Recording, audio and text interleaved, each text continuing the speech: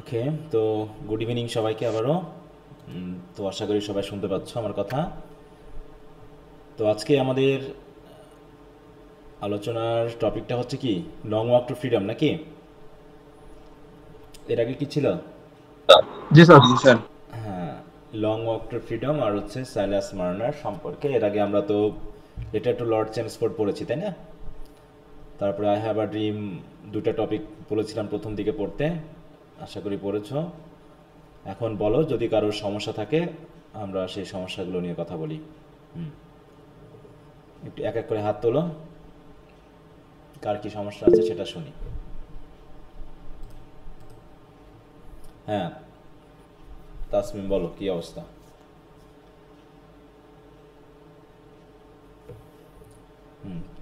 তাসমিমের কি সমস্যা বলো। স্যার বলতেছি।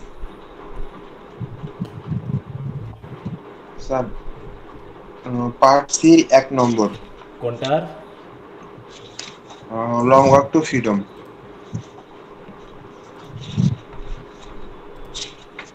পার্ট সির 1 নম্বর।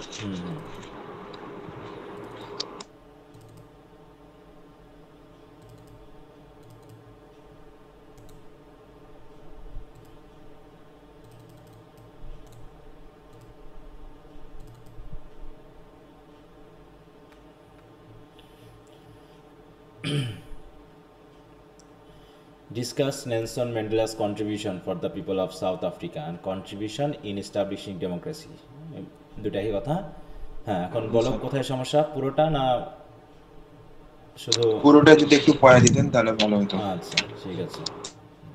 আসলে এখানে কোশ্চেন আনসারগুলো মানে ওই যে আগে বললাম যে বিষয়গুলো হচ্ছে অনেক পিছনের ব্যাপার, আগের পিছের ব্যাপার আলোচনা করতে হবে, যেটা হিস্ট্রিক্যাল। হ্যাঁ, মানে এখানে শুধুমাত্র আমরা যে আমাদের যে টেক্সটের ভিতরে আছি ওর থেকেও বাইরে কিছু কিছু কথা আমাকে নিয়ে আসতে হচ্ছে, তার লাইফ সম্পর্কে, তার কন্ট্রিবিউশন সম্পর্কে।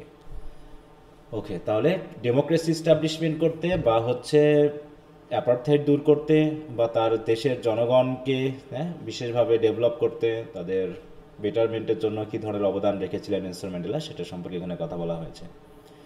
ওকে, Nelson Mandela 1918 to 2013 was a South African anti-apartheid আমি activist, একটা তাই না? প্রশ্ন জিজ্ঞেস করব। হ্যাঁ, আর এটাকে শেষ করি তারপরে আসো নাকি? আচ্ছা স্যার। এটাকে শেষ করি। তাহলে ওয়াজ এ সাউথ আফ্রিকান এন্টি অ্যাপারথাইড মানে কি বলো তো?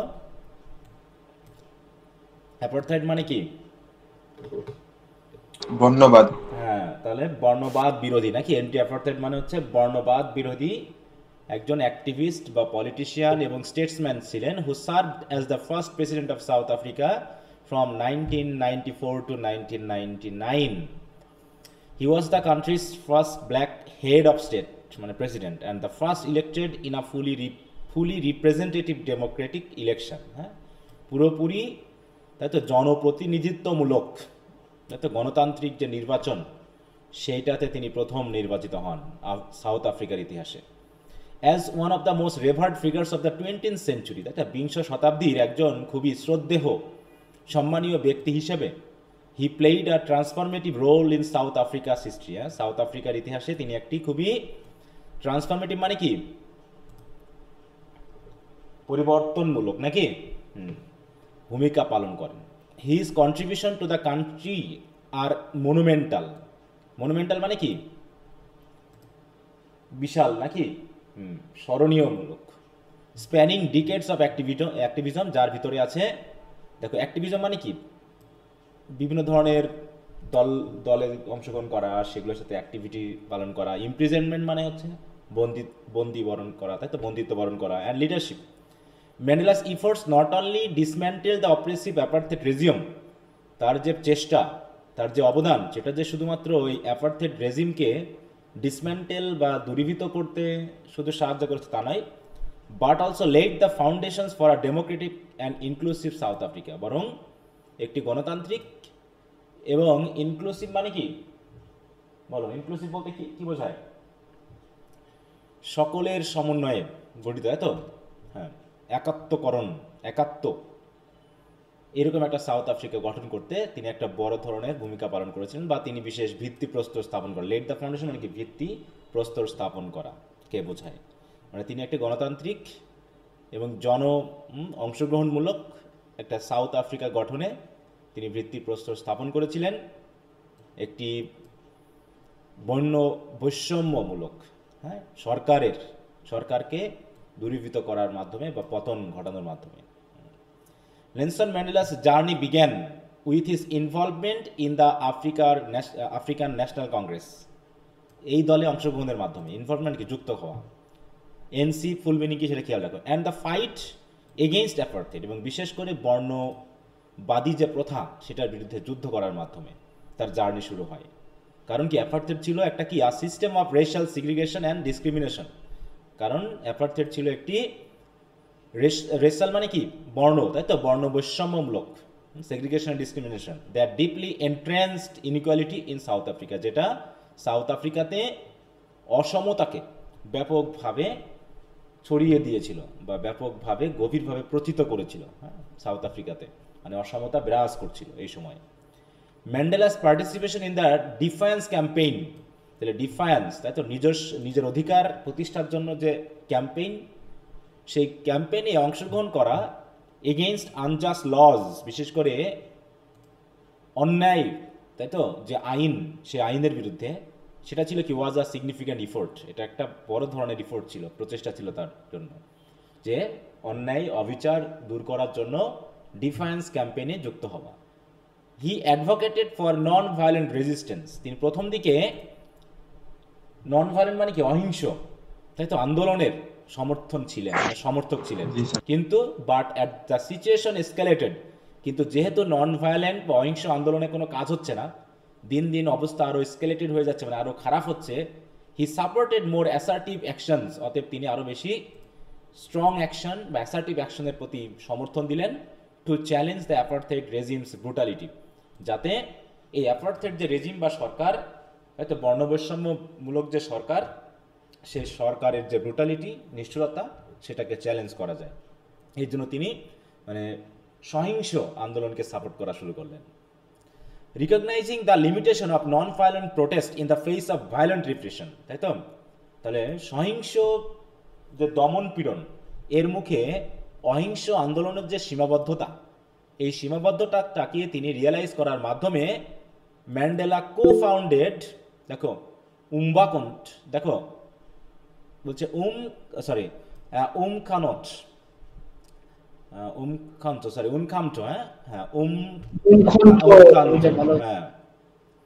উমখান্টো উইসিজ, দেখো এটা হচ্ছে এমকে দিয়ে বোঝাচ্ছে, এর মানে দ্য এএনসিস আর্মড উইং, যেটা হচ্ছে আফ্রিকান ন্যাশনাল কংগ্রেসের একটা হচ্ছে মানে কি বলবো, এটা আর্ম মানে কি বলছি আমরা, সশস্ত্র বাহিনী, তাই তো, সশস্ত্র উইং, হ্যাঁ, আর্ম ফোর্স, হ্যাঁ। This organization undertook sabotage operation to undermine the apartheid government, তাহলে এই বর্ণ বৈষম্য সমর্থনকারী সরকারকে আন্ডারমাইন করার জন্য, দূর করার জন্য তারা স্যাবোটেজ মানে কি অতর্কিত অপারেশন, তাই তো, হঠাৎ করে হামলা, যেটা সেটাতে তারা কি করলো, সমর্থন করলো বা হচ্ছে তারা পদক্ষেপ নিল। while attempting to avoid civilian casualties, কিন্তু একই সাথে তারা আবার যাতে সিভিলিয়ান বা বেসামরিক লোকজনদের ক্ষতি কম হয় বা এড়ানো যায়, সেটার প্রতিও তারা চেষ্টা চালিয়ে গেছে, মানে বেসামরিক জনগণের ক্ষতি না করে কিভাবে সরকারকে দমন করা যায় তার জন্য তারা স্যাবোটেজ অপারেশন গ্রহণ করলো। Throughout the 1950s and 1960s, মানে 1950 বা 60-এর দশক জুড়ে, Mandela and his colleagues work tirelessly to expose the injustice of apartheid, যে ইনজাস্টিস, সেটাকে এক্সপোজ করার জন্য টায়ারলেসলি কাজ করে গেছে। They use legal and political channels, এমনকি তারা শুধু অস্ত্র বা আর্ম ব্যবহার করেছে তা নয়, তারা আইনানুগ বা রাজনৈতিক যে চ্যানেল বা যে অপরচুনিটিগুলো, সেগুলোকেও তারা ব্যবহার করেছে, টু অ্যাডভোকেট ফর চেঞ্জ, পরিবর্তন আনার জন্য, বিশেষ করে building support both domestically and internationally, সেটা দেশীয়ভাবে বা আন্তর্জাতিকভাবে নিজেদের সমর্থন আদায় করার মাধ্যমে তারা চেষ্টা করেছে সরকারকে কিভাবে দূরীভূত করা যায়। ওকে, দেন ম্যান্ডেলাস ইমপ্রিজনমেন্ট ফ্রম 1962 টু 1990, তাহলে 1962 থেকে 1990 সাল পর্যন্ত তিনি যে বন্দী ছিলেন, ইমপ্রিজন ছিলেন, কারাগারে ছিলেন, সেটা কি হলো? Turn him into a global symbol of resistance against operation. অতএব অপারেশনের বিরুদ্ধে, অত্যাচারের বিরুদ্ধে কিভাবে প্রতিরোধ গড়ে তোলা যায় তারই একটা সিম্বলে রূপান্তরিত হয়েছিলেন তিনি। যে কিভাবে তার is unwavering spirit and commitment, তার অদম্য শক্তি এবং তার যে অদম্য কমিটমেন্ট মানে কি প্রতিজ্ঞা নাকি, সেটা কি করেছে? During his 27 years of incarceration made him an international symbol of the struggle against apartheid. অতএব 27 বছরের কারাবন্দিতকরণ তাকে একটা আন্তর্জাতিক প্রতীকে রূপান্তর করেছিল, যারা কি করে স্ট্রাগল এগেইনস্ট অ্যাপার্থেড, তাহলে বর্ণ বৈষম্যের বিরুদ্ধে সংগ্রামের একটা বিশেষ প্রতীকে তিনি রূপান্তরিত হয়েছিলেন এই 27 বছরের তার এই আনওয়েভারিং স্পিরিট অ্যান্ড কমিটমেন্টের জন্য। His endurance under harsh conditions, তাহলে এই যে রুক্ষ বা কঠিন অবস্থার মধ্যেও তিনি যে টিকে ছিলেন, এন্ডিওর করছিলেন, সেটাই highlighted the moral bankruptcy of apartheid regime. তাই তো এই অ্যাপার্থেড রেজিমের যে নীতিহীনতা, মোরাল ব্যাংক্রাপসি মানে হচ্ছে নীতিহীনতা, সেটাকে হাইলাইট করেছে যে এতদিন একজন মানুষকে বিনা দোষেই কারাগারে বন্দি রাখা। হ্যাঁ, and galvanize global support for the anti apartheid movement. Galvanize মানে কি? শক্তিশালী করা, আরও বেশি স্ট্রং করা। এবং তার এই এন্ডিওরেন্স কি করেছে? এন্টি অ্যাপার্থেড মুভমেন্ট বা আন্দোলনের পক্ষে যে আন্তর্জাতিক সমর্থন, সেটাকে শক্তিশালী করতে সাহায্য করেছে। The global campaigns advocating for Mandela's release, এবং সারা বিশ্ব কি করেছে? ম্যান্ডেলাস রিলিজ বা মুক্তিকে অ্যাডভোকেট করে তারা যে ক্যাম্পেইন করেছে, তারা যে সংগ্রাম বা হচ্ছে অভিযান, কি বলবো এটা, ক্যাম্পেইন মানে কি বলে বাংলা কথা? ঠিক আছে না, ক্যাম্পেইনের বাংলা কি? অভিযান নাকি? অভিযান বা আন্দোলন যেটা আমরা বলতে পারি, সেটা কি করেছিল? Brought immense international pressure on the South African government. তাহলে সারা বিশ্ব যে ক্যাম্পেইন করেছে সেটা আবার সাউথ আফ্রিকার সরকারের উপরে একটা আন্তর্জাতিক, ব্যাপক আন্তর্জাতিক প্রেশার সৃষ্টি করেছিল বা নিয়ে এসেছিল। ব্রড মানে নিয়ে আসে, তাই না? কোনটা? এই আন্তর্জাতিক ক্যাম্পেইন, যাতে ম্যান্ডেলাকে কি করে? রিলিজ করা হয়। This pressure played a crucial role in the eventual negotiations that led to the end of apartheid. আর এই প্রেশার শেষ পর্যন্ত কি করেছে? পরবর্তীতে সরকার এবং বিরোধী দলের সাথে একটা নেগোসিয়েশন সৃষ্টি করেছে এবং শেষ পর্যন্ত অ্যাপার্থেডকে শেষ করতে সাহায্য করেছে নাকি? Led to the end of apartheid. Upon his release Mandela played a vital, তাহলে এতদিন বন্দি অবস্থায় কি করলেন বা বন্দি হওয়ার আগে কি করলেন সেটা বলা হয়েছে। তার প্রথম দিকে তিনি এএনসি আর্মড উইংয়ে যোগ দিয়েছিলেন, তার আগে তিনি, তাই তো, নন ভায়োলেন্ট রেসিস্টেন্সে যোগ দিয়েছিলেন। মানে তিনি বিভিন্ন পর্যায়ে বিভিন্ন পদক্ষেপ গ্রহণ করেছেন, যাতে অন্তত কখনো তিনি জেলখানাতে দেখাচ্ছে যে আনলিমিটেড ফাস্টিং করেছেন, হ্যাঁ, যে তারপর ওখানে তিনি সংগ্রাম করেছেন, না খেয়ে থেকেছেন, এবং আন্তর্জাতিকভাবে, তাই তো, তাকে মুক্ত করার জন্য যে আন্দোলন সেটাকে স্ট্রংলি, তাই তো, এনকারেজ করেছেন। শেষ পর্যন্ত তার মুক্তি হলো এবং অ্যাপার্থেডও শেষ হলো। বিশেষ করে যখন তাকে রিলিজ করা হলো 1990-তে, বলছে upon is release Mandela played a vital role in the negotiations that dismantle apartheid. তাহলে সেই সময় সরকার প্রধান কে ছিল বলো তো? আফ্রিকাতে সরকার প্রধান কে ছিল? Sir F W de Klerk. হ্যাঁ, এফডব্লিউডি ক্লার্ক। বলছে his diplomatic skills and his ability to work with former adversaries, হ্যাঁ, যে তার ডিপ্লোম্যাটিক বা কূটনৈতিক দক্ষতা এবং আগের যে যারা মানে শত্রু বা মানে কি বলবো, বিরোধী, প্রতিপক্ষ, তাদের সাথে কাজ করার যে অ্যাবিলিটি, সেটা কি করেছে? Were crucial in the transition to democracy. সেটাই অ্যাপার্থেড থেকে ডেমোক্রেসিকে ট্রানজিট করতে বা রূপান্তর হতে বিশেষ ক্রিটিক্যাল মানে মুহূর্ত হিসেবে কাজ করেছে, মানে খুবই জটিল এবং গুরুত্বপূর্ণ পদক্ষেপ হিসেবে কাজ করেছে। His negotiations with President F.W.D. Clark and other political leaders led to the peaceful dismantling of apartheid. Dismantling মানে কি? উচ্ছেদকরণ, তাই তো? সেটাকে অ্যাপার্থেডকে উচ্ছেদ করে এবং the establishment of multi racial elections, এবং কিভাবে মাল্টি রেশিয়াল মানে কি? বহুজাতিক বা বহু বর্ণের, তাই তো, মানুষকে নিয়ে যে ইলেকশন, সেটাকে এস্টাবলিশমেন্ট করতে সাহায্য করেছে। Mandela's approach was characterized by a commitment to reconciliation and nation building. তিনি অবশ্য রিকনসিলিয়েশন এবং ন্যাশন বিল্ডিং এর প্রতি কমিটমেন্ট ছিলেন। রিকনসিলিয়েশন মানে কি? সমঝোতায় আসা। তিনি কিন্তু সরকার হয়েই তিনি কিন্তু বিরোধী পার্টিকে দমন পীড়ন করেননি, বরং বিরোধী দলেরই প্রেসিডেন্টকে তিনি আবার কি করেছিলেন, FW ডে ক্লার্ককে তিনি কিন্তু হত্যা করতে পারতেন, জেলে দিতে পারতেন, পারতেন কিনা বলো? প্রচুর মানুষই কিন্তু হত্যা করেছিলেন, জি স্যার। জানেনই? কিন্তু সেটা না করে তিনি তাকে কি করলেন, তারই একটা ভাইস প্রেসিডেন্ট নাকি বানালেন। জি স্যার। হ্যাঁ, সেকেন্ড ভাইস প্রেসিডেন্ট তাকে বানানো হলো কিন্তু। Deputy president. তাই বলছে he emphasize the need for a shared South African identity, বরং তিনি জোর দিয়েছিলেন যে শেয়ার্ড হবে, সেটা সাদা কালো সকলের, যারা বিরোধী ছিল তাদেরও দেশ, যারা এর বিরোধী পক্ষে ছিল তাদেরও দেশ। অতএব একটা সময়ের ভিতর দিয়ে একটা গেছে, অনেককে হয়তো কাজ করতে হয়েছে চাপের ভিতরে, প্রেশারের ভিতর থেকে, তাই না?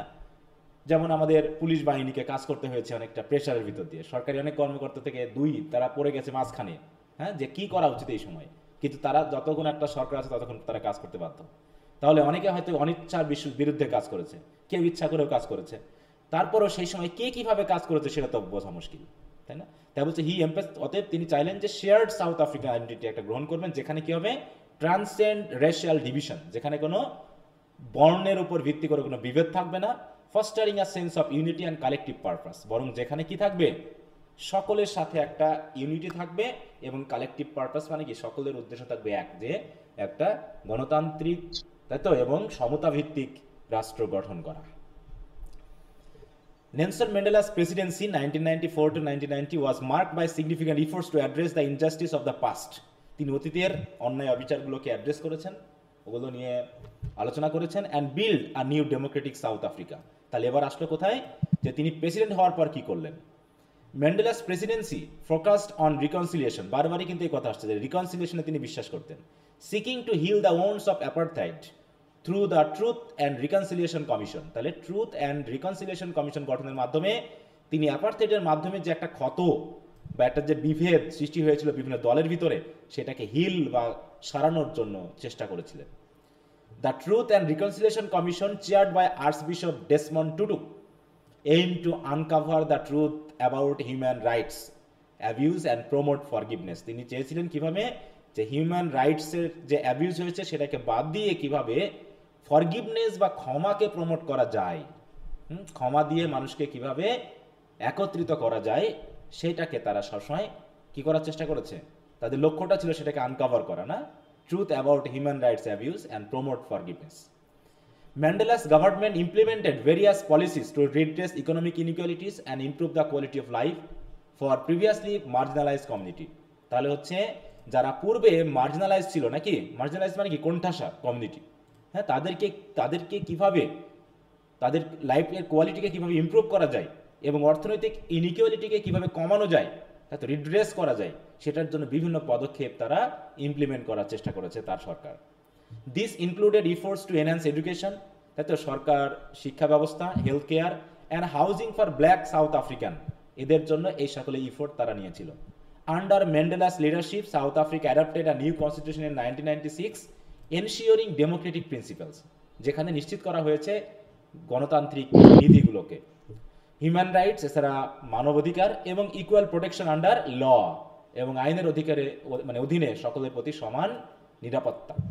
This constitution remains one of the most progressive in the world, reflecting Mandela's vision for a fair and just society. এবং যেখানে ম্যান্ডেলাস যে ভিজন, তার যে দর্শন, একটি মানে কি, ফেয়ার বলতে কি বুঝবে, যেটা বলতো জাস্ট এবং ফেয়ার, ফেয়ার মানে কি, এখানে সমাজের ক্ষেত্রে কি ফেয়ার মানে কি সুন্দর হবে না স্যার। তাই তো, জাস্ট মানে তো ন্যায়, নাকি ফেয়ার মানে কি, যেখানে সবার সমান অধিকার থাকবে, নাকি? তাহলে সমতা এবং ন্যায় ভিত্তিক একটা সমাজ গঠনের যে দর্শন, সেই দর্শনটাকে রিফ্লেক্ট করেছে তার এই কনস্টিটিউশন, তার যে সংবিধান, যেখানে সবার সমান অধিকার থাকবে। Nelson Mandela's legacy is profound and enduring, তার যে পরবর্তী প্রজন্মের জন্য রেখে যাওয়া যে সকল কার্যক্রম, সেগুলো খুবই গভীর, হ্যাঁ, এবং দীর্ঘস্থায়ী। His life and work continue to inspire global movement for justice, equality and human rights. His example of leadership, sacrifice and commitment to reconciliation serve as a powerful model for addressing oppression and building democratic societies. একটা powerful model হিসেবে কাজ করে, যে model আমরা অবশ্যই use করছি না, আমরা কি এই মডেল ইউজ করি, নাকি একজনকে পাইলে না, যে স্যার। যে জিতে তার বিপরীত জনকে আমরা কিভাবে পিষে আবার একটা নতুন করে একটা বিরোধিতা তৈরি করতে পারি সেটাই আমরা সবসময় চেষ্টা করি। ক্ষমা, তাই তো, রিকনসিলিয়েশন, এটা আমাদের ভিতরে নাই। Okay, Mandela's contribution laid the foundation for a democratic South African where all citizens, regardless of race, তাই তো, মানে নির্বিচারে, হ্যাঁ, মানে যেখানে কোনো রেস বা দল বা বর্ণ বৈষম্য থাকবে না, সেখানে কি করছে, যেখানে সকল সিটিজেন কি করতে পারবে, could participate in political and economic life, যেখানে সবাই রাজনৈতিক এবং অর্থনৈতিক জীবনে অংশগ্রহণ করতে পারবে। His efforts help to create a more inclusive society, setting the stage for future progress and development. তা বলছে Nelson Mandela's contribution to the South Africa's are both monumental and transformative. তারপর এখানে যা বলা হয়েছে নাকি কনক্লুশনে, এই হচ্ছে ব্যাপারটা, ঠিক আছে। জি স্যার, বুঝতে পারছি। কারণ এখানে বলা হচ্ছে তার কন্ট্রিবিউশন কি, এবং বিশেষ করে এস্টাবলিশিং ডেমোক্রেসি, যেগুলো আমরা তার মানে তার যে ভাষণ, সেই ভাষণে আমরা কি এই জাতীয় কোনো কিছু কথা পেয়েছি বলো, এই লং ওয়াক টু ফ্রিডমে যেটুকু দেওয়া আছে, এইটুকু তো না, স্যার। সম্পূর্ণ বিষয় বলা নেই। না, স্যার। তার বইটা তো অনেক বড়, তার বইটা তো অনেক বড়, এই জন্য হচ্ছে ব্যাপার। তো এগুলো যেহেতু ইতিহাস ভিত্তিক, অতএব ইতিহাসের ব্যাপারগুলো অটোমেটিক চলে আসবে এবং সেইভাবে আমাদেরকে লিখতে হবে। স্যার একটা কথা বলবো। বলো। স্যার রাগ করিয়েন না কিন্তু। হ্যাঁ বলো, সমস্যা কি? ওই যে স্যার পার্ট 3 আছে যে, হুম হুম ওটা নিয়ে লং ওয়াক টু ফ্রিডমে তাহলে আপনি আই হ্যাভ এ ড্রিম লিখছেন। ওখানে ড্রিম লেখা হয়েছে কোন জায়গায়? এখানে স্যার প্রশ্নের উপরে।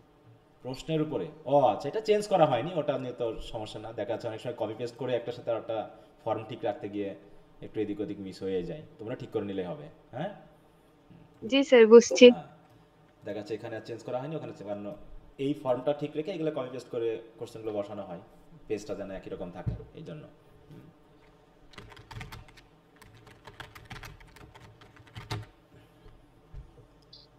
আচ্ছা, আমি আগেই বলেছি যে এখানে বিশেষ করে যে 3টা 4টা আমি শেষের দিকে রেখেছি, এগুলো একটু মানে ইতিহাস ভিত্তিক, ঠিক আছে, তো একটু কঠিন হবে প্রশ্নগুলো, এগুলো একটু বিশেষ করে শর্টগুলো ব্রিফগুলো ভালো করে পড়বা। আর এখান থেকে 2-1টা কোশ্চেন একটু যেগুলো ইম্পর্টেন্ট আমি দেখিয়েছি স্টার্ট দিয়ে, সেগুলো একটু বেশি করে দেখে যাবা। তবে অবশ্যই ফিকশনটা বেশি গুরুত্ব দিবা, ঠিক আছে, কারণ সেখান থেকে লেখা যায় ভালো এবং সুবিধা থাকবে। কারণ 50-50 কোশ্চেন থাকে, তো দেখা যাচ্ছে হয়তো কিছু কোশ্চেন আবার যদি ওদিকে স্টোরি থেকে একটু একটু ব্যাকআপে চলে আসে যে তোমরা বুঝলাই না কি লিখতে হয়, তখন আবার ঝামেলা হয়ে যাবে। আর শুধু গল্প লিখে আসবে না, তাহলে কিন্তু সমস্যা আছে। আচ্ছা, আরেকজন স্যার যেন একটা কি বলতে, কথা হ্যাঁ বলবো? হ্যাঁ বলো। স্যার ব্রড কোশ্চেন লেখার সময় যদি কোনো একটা অংশ মানে কোনো একটা পার্ট যদি ভুলে যাই, ওই সময় স্যার ওইটা কিভাবে শেষ করব, মানে ওইটা বাদ দিয়ে তারপর পরের অংশটা লিখবো যদি নাকি গল্প, শেষ করে দেবো না, ওইভাবেই? ব্যাপারটা হলো তোমার যদি মনে হয় যে এর একটা ধারাবাহিকতা আছে, এখন তুমি যদি উল্টা আগেরটা যদি পরে দাও, যদি ধারাবাহিকতা নষ্ট হয় তাহলে তো দিয়ে লাভ নেই, আছে কি? হ্যাঁ, এখন বিষয়টা হলো, না স্যার। হ্যাঁ, এখন তুমি যখন লিখবা যদি মুখস্থ করো এবং যদি ভুলে যাও সেটা একটা বিষয়, আর যদি মনে হয় যে না নিজের মতো করে লিখবা তাহলে তো ভুলে যাওয়ার কোনো ব্যাপার নেই, ধারাবাহিকতাটা রক্ষা করা যায়। কিন্তু যদি গল্প মতো হয়, যেগুলো হচ্ছে তোমার গল্পের যে ধারাবাহিকতা, সেগুলোতে আবার উল্টাপাল্টা হয়ে যেতে পারে। কিন্তু আমরা যেগুলো এই যে নেলসন ম্যান্ডেলা যেটা আলোচনা করলাম, এখানে তো একটু আগে পিছিয়ে হলে কোনো সমস্যা নেই। সমস্যা হবে যদি একটা প্যারাগ্রাফ আর একটা প্যারাগ্রাফের পরে চলে আসে, কারণ এখানে তো আর ধারাবাহিকতা নেই, তাই না? তুমি তোমার ওর অবদানগুলো একটার পর একটা পয়েন্ট আকারে তো এখানে দেওয়া আছে, অতএব এখানে সমস্যা হবে না। কিন্তু যেগুলোতে একটা ধারাবাহিকতা থাকবে সেখানে অবশ্যই সমস্যা হবে।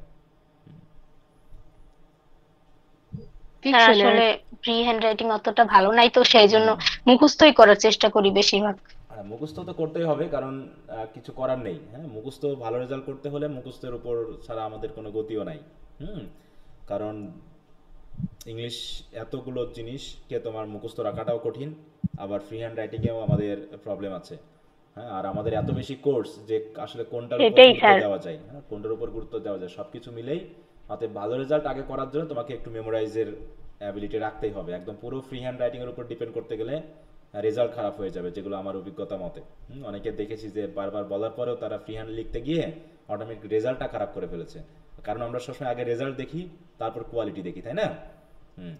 অতএব স্যার অবশ্যই ম্যাক্সিমাম সমস্যাই হয় এই যে ব্রড কোশ্চেন গুলোর ক্ষেত্রে, পোয়েট্রি আর প্রোজে, মানে মুখস্থটা মনে থাকে না আর কি। আচ্ছা, একজন বলো। হ্যাঁ হ্যাঁ, বুঝতে পেরেছি।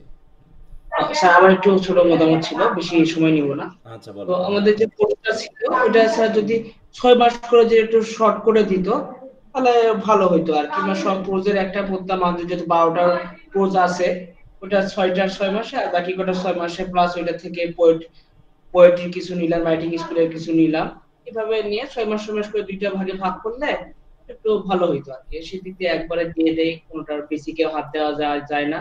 মূল টার্গেট থাকে যেভাবে হোক আমাকে একটা ভালো রেজাল্ট দিতে হবে। এখন ওসব ভেবে তো আর লাভ হচ্ছে না, তাই না? এখন আমাদের কাজ হচ্ছে যে যেভাবেই হোক, অনেকে ভালো করতেছে, চেষ্টা করলে তোমরাও করবা।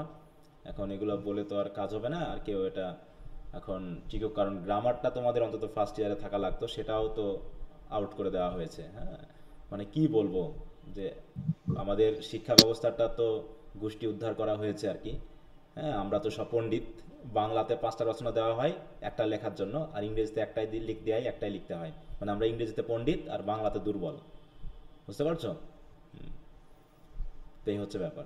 আপনার এই লাস্টে একটা কোটেশনটা ভালো ছিল স্যার, যে আমাদের ছাত্ররা যে এরকম সুপারম্যান, আবার কোচিং করার আগে শিক্ষকদের মধ্যে সুপারম্যান ভর করে পরে যে এরকম প্রফিট। আচ্ছা, তো ঠিক আছে। তারপরে আর যদি কারো কোনো সমস্যা থাকে বলো, না হলে আজকে আমরা সাইলাস মার্নারের ওইটা একটু করবো, তাই না? স্যার আমি একটা অফ টপিক প্রশ্ন করি, ছোট প্রশ্ন স্যার, ইজি প্রশ্ন, কিন্তু আমার কাছে কেমন যেন এটা অনেক কনফিউজিং লাগতেছে। হ্যাঁ বলো। স্যার এগুলো ছোট বাচ্চাদের প্রশ্ন, আমি আসলে অনেক কনফিউজিং হয়ে গেছি ব্যাপারটা। আচ্ছা, মাই আঙ্কেল, এখানে মাই আঙ্কেল, হ্যাঁ, এটা কি স্যার নাউন হবে নাকি প্রনাউন হবে? মাই আঙ্কেল, হ্যাঁ, এটা তো নাউনও না, এটা প্রনাউন না, এটা হচ্ছে একটা নাউন ফ্রেজ। Noun phrase. তুমি কি নাউন ফ্রেজ পড়োনি আমরা যখন ফ্রেজ প্রথম দিকে পড়াইছিলাম? না হ্যাঁ স্যার পড়ছি না, আসলে এটা বাচ্চাদের পড়াতো, তো ওখানে আমি বাচ্চাদেরকে পড়াচ্ছিলাম, এখন ওই বাচ্চাটা না একজনের নাউন লিখছে একজনের প্রনাউন লিখছে, তা আমি বুঝতেছি না আমি কাকে সঠিকটা দিব, মানে ওরা তো বাচ্চা। এটা তো একটা ওয়ার্ড ধরনি, তুমি তো বলছো মাই আঙ্কেল, এটা তো দুইটা ওয়ার্ড। মাই হলে প্রনাউন হতো, আঙ্কেল হলে নাউন হতো, কিন্তু যখন তুমি একসাথে মাই আঙ্কেল একসাথে বলতেছো তখন তো সে একটা নাউন ফ্রেজ, তাই না? মাইটা হচ্ছে ডিটারমিনার, আর নাউনটা হচ্ছে আমাদের হেড ওয়ার্ড, মিলে হচ্ছে একটা নাউন ফ্রেজ, ঠিক আছে? অতএব এটাকে শুধু নাউন বললেও হবে না, আবার শুধু এখানে প্রোনাউন বললে হবে না, এটাকে একটা নাউন ফ্রেজ বলতে হবে, মানে নাউনের মতোই কাজ করতেছে। এখানে প্রোনাউন হিসাবে তো আর প্রোনাউন শুধু মাই তাও প্রোনোমিনাল অ্যাডজেক্টিভ, ওটা একটা, হ্যাঁ, বা ডিটারমিনার, ওটা সরাসরি আমরা প্রোনাউন বলি না। হ্যাঁ, ঠিক আছে। জি স্যার। ওকে, আচ্ছা, তো ঠিক আছে, আমরা তাহলে সাইলাস মার্নার নভেলটা কি কেউ পড়েছো আজ পর্যন্ত? তাহলে স্যার এ পড়তে শেষ করতে পারি না, আবার নভেল পড়বো নাকি? স্যার বাংলাটা পড়ছিলাম। আবার তুমি বাংলায় পড়তে গেছো? আচ্ছা, যাক, বাংলায় পড়ে গল্প জানলা, কিন্তু এটা দিয়ে যে যেটা তোমার জন্য দেওয়া হয়েছে সামারিটা পড়েছি, কিন্তু ওইটা বুঝি নাই কিছু। হ্যাঁ, সামারি শুধু সামারিটা পড়ছি। শুধু সামারি পড়েও তো আসলে বোঝা মুশকিল, ঠিক আছে? শুধু সামারি পড়েও বোঝা মুশকিল, আসলে এটার জন্য টেক্সট পড়তে পারলে অর্ধেক পড়ছি টেক্সটটা, আর রামজিলাল থেকে স্যার পুরোটা পড়ছিলাম, মানে সামারি যেটা ছিল পার্ট ওয়াইজ। আচ্ছা, হ্যাঁ, তো আমি এখানে একটু ওই আমার স্যার ইভি ক্যারেক্টারটা বেশ পছন্দ হয়েছে স্যার, বিয়ে করার জন্য বেশ আদর্শ একজন প্রার্থী। আচ্ছা, তো যাই হোক, এখানে আমি জাস্ট ব্রিফলি আলোচনা করব, কারণ এখান থেকে আমি কোনো কোশ্চেন আনসারের জন্য বলি না। যদি ব্রিফ কোশ্চেন যেগুলো দিয়ে থাকি সেগুলো যদি কমন পাও তো ভালো, না হলে এখান থেকে আমি খুব একটা আনসার করার জন্য এনকারেজ করি না, ঠিক আছে? তো স্যার এখান থেকে কি আসে প্রশ্ন? অবশ্যই আসে, একটা করে থাকেই প্রত্যেকটাতে, এখান থেকে কোশ্চেন একটা করে থাকে নভেল থেকে। হ্যাঁ, যদিও ফার্স্ট ইয়ারে আমি নভেলটা পুরোটা পড়েছিলাম, আমি যখন ফার্স্ট ইয়ারে ছিলাম পুরো নভেল পড়েছিলাম, এবং নভেলটা পড়তে গিয়ে আমার বইটা খুব মোটা হয়ে গিয়েছিল, ঠিক আছে? তো মোটা হয়েছিল এই কারণে যে এত ওয়ার্ড অপরিচিত ছিল, যে ওয়ার্ড আমি পেজ কি করতাম, ওটা ছিঁড়ে ওই পেজের বইয়ের পেজের সাথে লাগিয়ে ওয়ার্ড মিনিংগুলো ওখানে লিখে রাখতাম ডিকশনারি বার করে। তখন তো তোমাদের মতো এই মোবাইল ডিকশনারি ছিল না, তখন বই ডিকশনারি ইউজ করতে হতো। তো এটা আমি পড়াপড়ি শেষ করতে আমার প্রায় 2 মাস টাইম লেগেছিল, বুঝতে পারছো? নভেলটা শেষ করতে 2 মাস টাইম আমি নিয়েছিলাম। তবে প্রথম দিকে দেখাচ্ছে হয়তোবা 25% পড়তে গিয়ে আমার ওয়ার্ডগুলো খুব খুঁজতে হয়েছিল, তারপর দেখলাম যে আস্তে আস্তে ওয়ার্ডগুলো আমার কাছে পরিচিত হওয়া শুরু করলো এবং শেষের দিকে আর ওয়ার্ড খুঁজতে হয়নি, কারণ একটা রাইটারের একটা নির্দিষ্ট লিমিট থাকে ওয়ার্ডে, থাকে না? পরে প্রথম দিকে দেখা যাচ্ছে বিভিন্ন নতুন নতুন ওয়ার্ড আসে। দেখো তুমি যে ফার্স্ট ইয়ারে পড়তেছো, ফার্স্ট ইয়ারে অনেক ওয়ার্ড পেয়েছো, এই ওয়ার্ডগুলো তোমার কাছে কিন্তু এখন পরিচিত হয়ে গেছে, এই লেভেলের ওয়ার্ডগুলো, তাই না? কিন্তু দেখা যাচ্ছে আবার যখন সেকেন্ড ইয়ারে উঠবা দেখবে যে আবার কত নতুন নতুন ওয়ার্ড তোমার মাথায় আসবে বা ইয়াতে আসবে। তো এই জন্য নভেলটা যদি বাংলায় না পড়ে কেউ যদি ইংরেজিতে পড়তে হয়তো সময় লাগতো, প্রতি নাই 6 মাসই টাইম লাগতো নভেলটা শেষ করতে এর সাথে সাথে, তাই না? অন্যান্য পড়ার সাথে সাথে যদি 2-5 পেজ করে আমরা পড়তাম, 10 পেজ 20 পেজ করে পড়লেই দেখাচ্ছে যে অনেকখানি সহজ হয়ে যেত এবং একটা নভেল শেষ করতে পারা মানে নিজের কাছে খুব মানে স্যাটিসফ্যাক্টরি মনে হতো, বুঝতে পারছো মানে অবস্থাটা, যে আমি একটা নভেল পড়ে শেষ করেছি ইংরেজি। এবং তারপর থেকে এই নভেলটা পড়ে শেষ করার পর আমি এত ইন্টারেস্ট পেয়ে গেছিলাম যে ফার্স্ট ইয়ারে প্রায় আমি 20-25টা নভেল পড়েছিলাম, বুঝতে পারছো? এরকম আর কি। ঢাকায় যেতাম, পুরোনো নভেলগুলো কিনে নিয়ে আসতাম, মানে সব এরকম আর কি। এবং এইগুলো তোমার রিডিং স্কিলসকে এতটুকু ডেভেলপ করবে যে দেখা যাচ্ছে অন্যান্যগুলো তখন তোমার কাছে ছোট মনে হবে। এই যে আমরা যে শর্ট স্টোরিগুলো পড়লাম বা এগুলো এখন যদি তুমি চিন্তা করো এগুলো কি খুব বেশি বড় মনে হবে? কবিতাগুলো এখন মনে হয় না ছোট? To daffodil, I wander lonely as a cloud, হ্যাঁ, সনেট 18, এখন মনে হয় যেন তো ছোট ছোট জিনিস আমরা পড়েছি। হ্যাঁ, তারপর শর্ট স্টোরি দ্য মেজাই, তারপর হচ্ছে তোমার এদিকে ক্যাট ইন দ্য রেইন, এখন কি খুব বড় মনে হয় গল্পগুলো? খুব বেশি কিন্তু ওইরকম বড় মনে হওয়ার কথা না যদি তোমরা পড়ো, কারণ সেই ধরনের অ্যাবিলিটি তোমাদের তৈরি হয়ে গেছে। তাহলে একটা নভেল পড়ে যদি তুমি শেষ করতে তাহলে তোমার কাছে আরো মনে হতো যে ওগুলো তো ছোট ছোট। হ্যাঁ, তো যাই হোক ওটার দরকার নেই এখন। এটা আমি জাস্ট সামারিটা আমরা একটু আলোচনা করি যাতে কিছু ক্যারেক্টারগুলো আমাদের মাথায় চলে আসে এবং গল্পটা সম্পর্কে আমরা একটু বুঝি, কারণ সামারিতে তো পুরো টেস্ট পাওয়া যাবে না, তাই না? এখানে জাস্ট আমরা ওই জুস খাওয়ার মতো করে একটু শুধু জুসটুকু একটু খাইবো, বাকি তো কামড়িয়ে খাওয়ার যে একটা স্বাদ সেইটা হয়তো এখানে পাবো না। Okay, the novel opens in the English countryside. দেখা যাচ্ছে নভেলটা ওপেনিং এর জায়গাতেই অনেক বড় আলোচনা, বিশাল ইন্ট্রোডাকশন। হ্যাঁ, সেখানে কিভাবে তাঁতিরা কাজ করছে, গ্রামটা কেমন, মানে বিশাল একটা বর্ণনা, ডেসক্রিপটিভ একটা ইয়া থাকে, সিচুয়েশন থাকে নভেলগুলোতে, যেটা তোমাকে কল্পনার জগতে নিয়ে চলে যায়। হ্যাঁ, যেটা ড্রামাতে বা শর্ট স্টোরিতে সেই সুযোগটা নাই, কারণ শর্ট স্টোরির জায়গাটা হচ্ছে ছোট, শেষ হইয়াও মনে হয় শেষ হইল না, আরও কি হওয়ার কথা ছিল। আর নভেলে তোমাকে একটা বিশাল একটা দেশে নিয়ে চলে যাবে, বিশাল একটা জায়গাতে নিয়ে চলে যাবে। সেকেন্ড ইয়ারে দেখা যাচ্ছে নভেল হয়তো নেই, কিন্তু থার্ড ইয়ারে উঠে তোমাদের বেশ কিছু নভেল আছে, ওগুলো পড়ার চেষ্টা করবা। আর যদি সম্ভব হয় সেকেন্ড ইয়ারে উঠেই থার্ড ইয়ারের যে একটা নভেল কিনে পড়বা, যেমন রবিনসন ক্রুসো আছে, তারপর হচ্ছে তোমার গালিভার্স ট্রাভেলস আছে। হ্যাঁ, বেশ ভালো লাগবে নভেলগুলো পড়তে।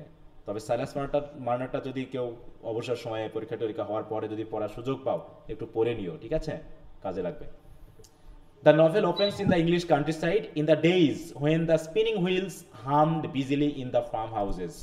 দেখো মেইনলি এখানে স্পিনিং হাউস বলা হচ্ছে। স্পিনিং হাউস মানে কি, স্পিনিং হুইল মানে কি?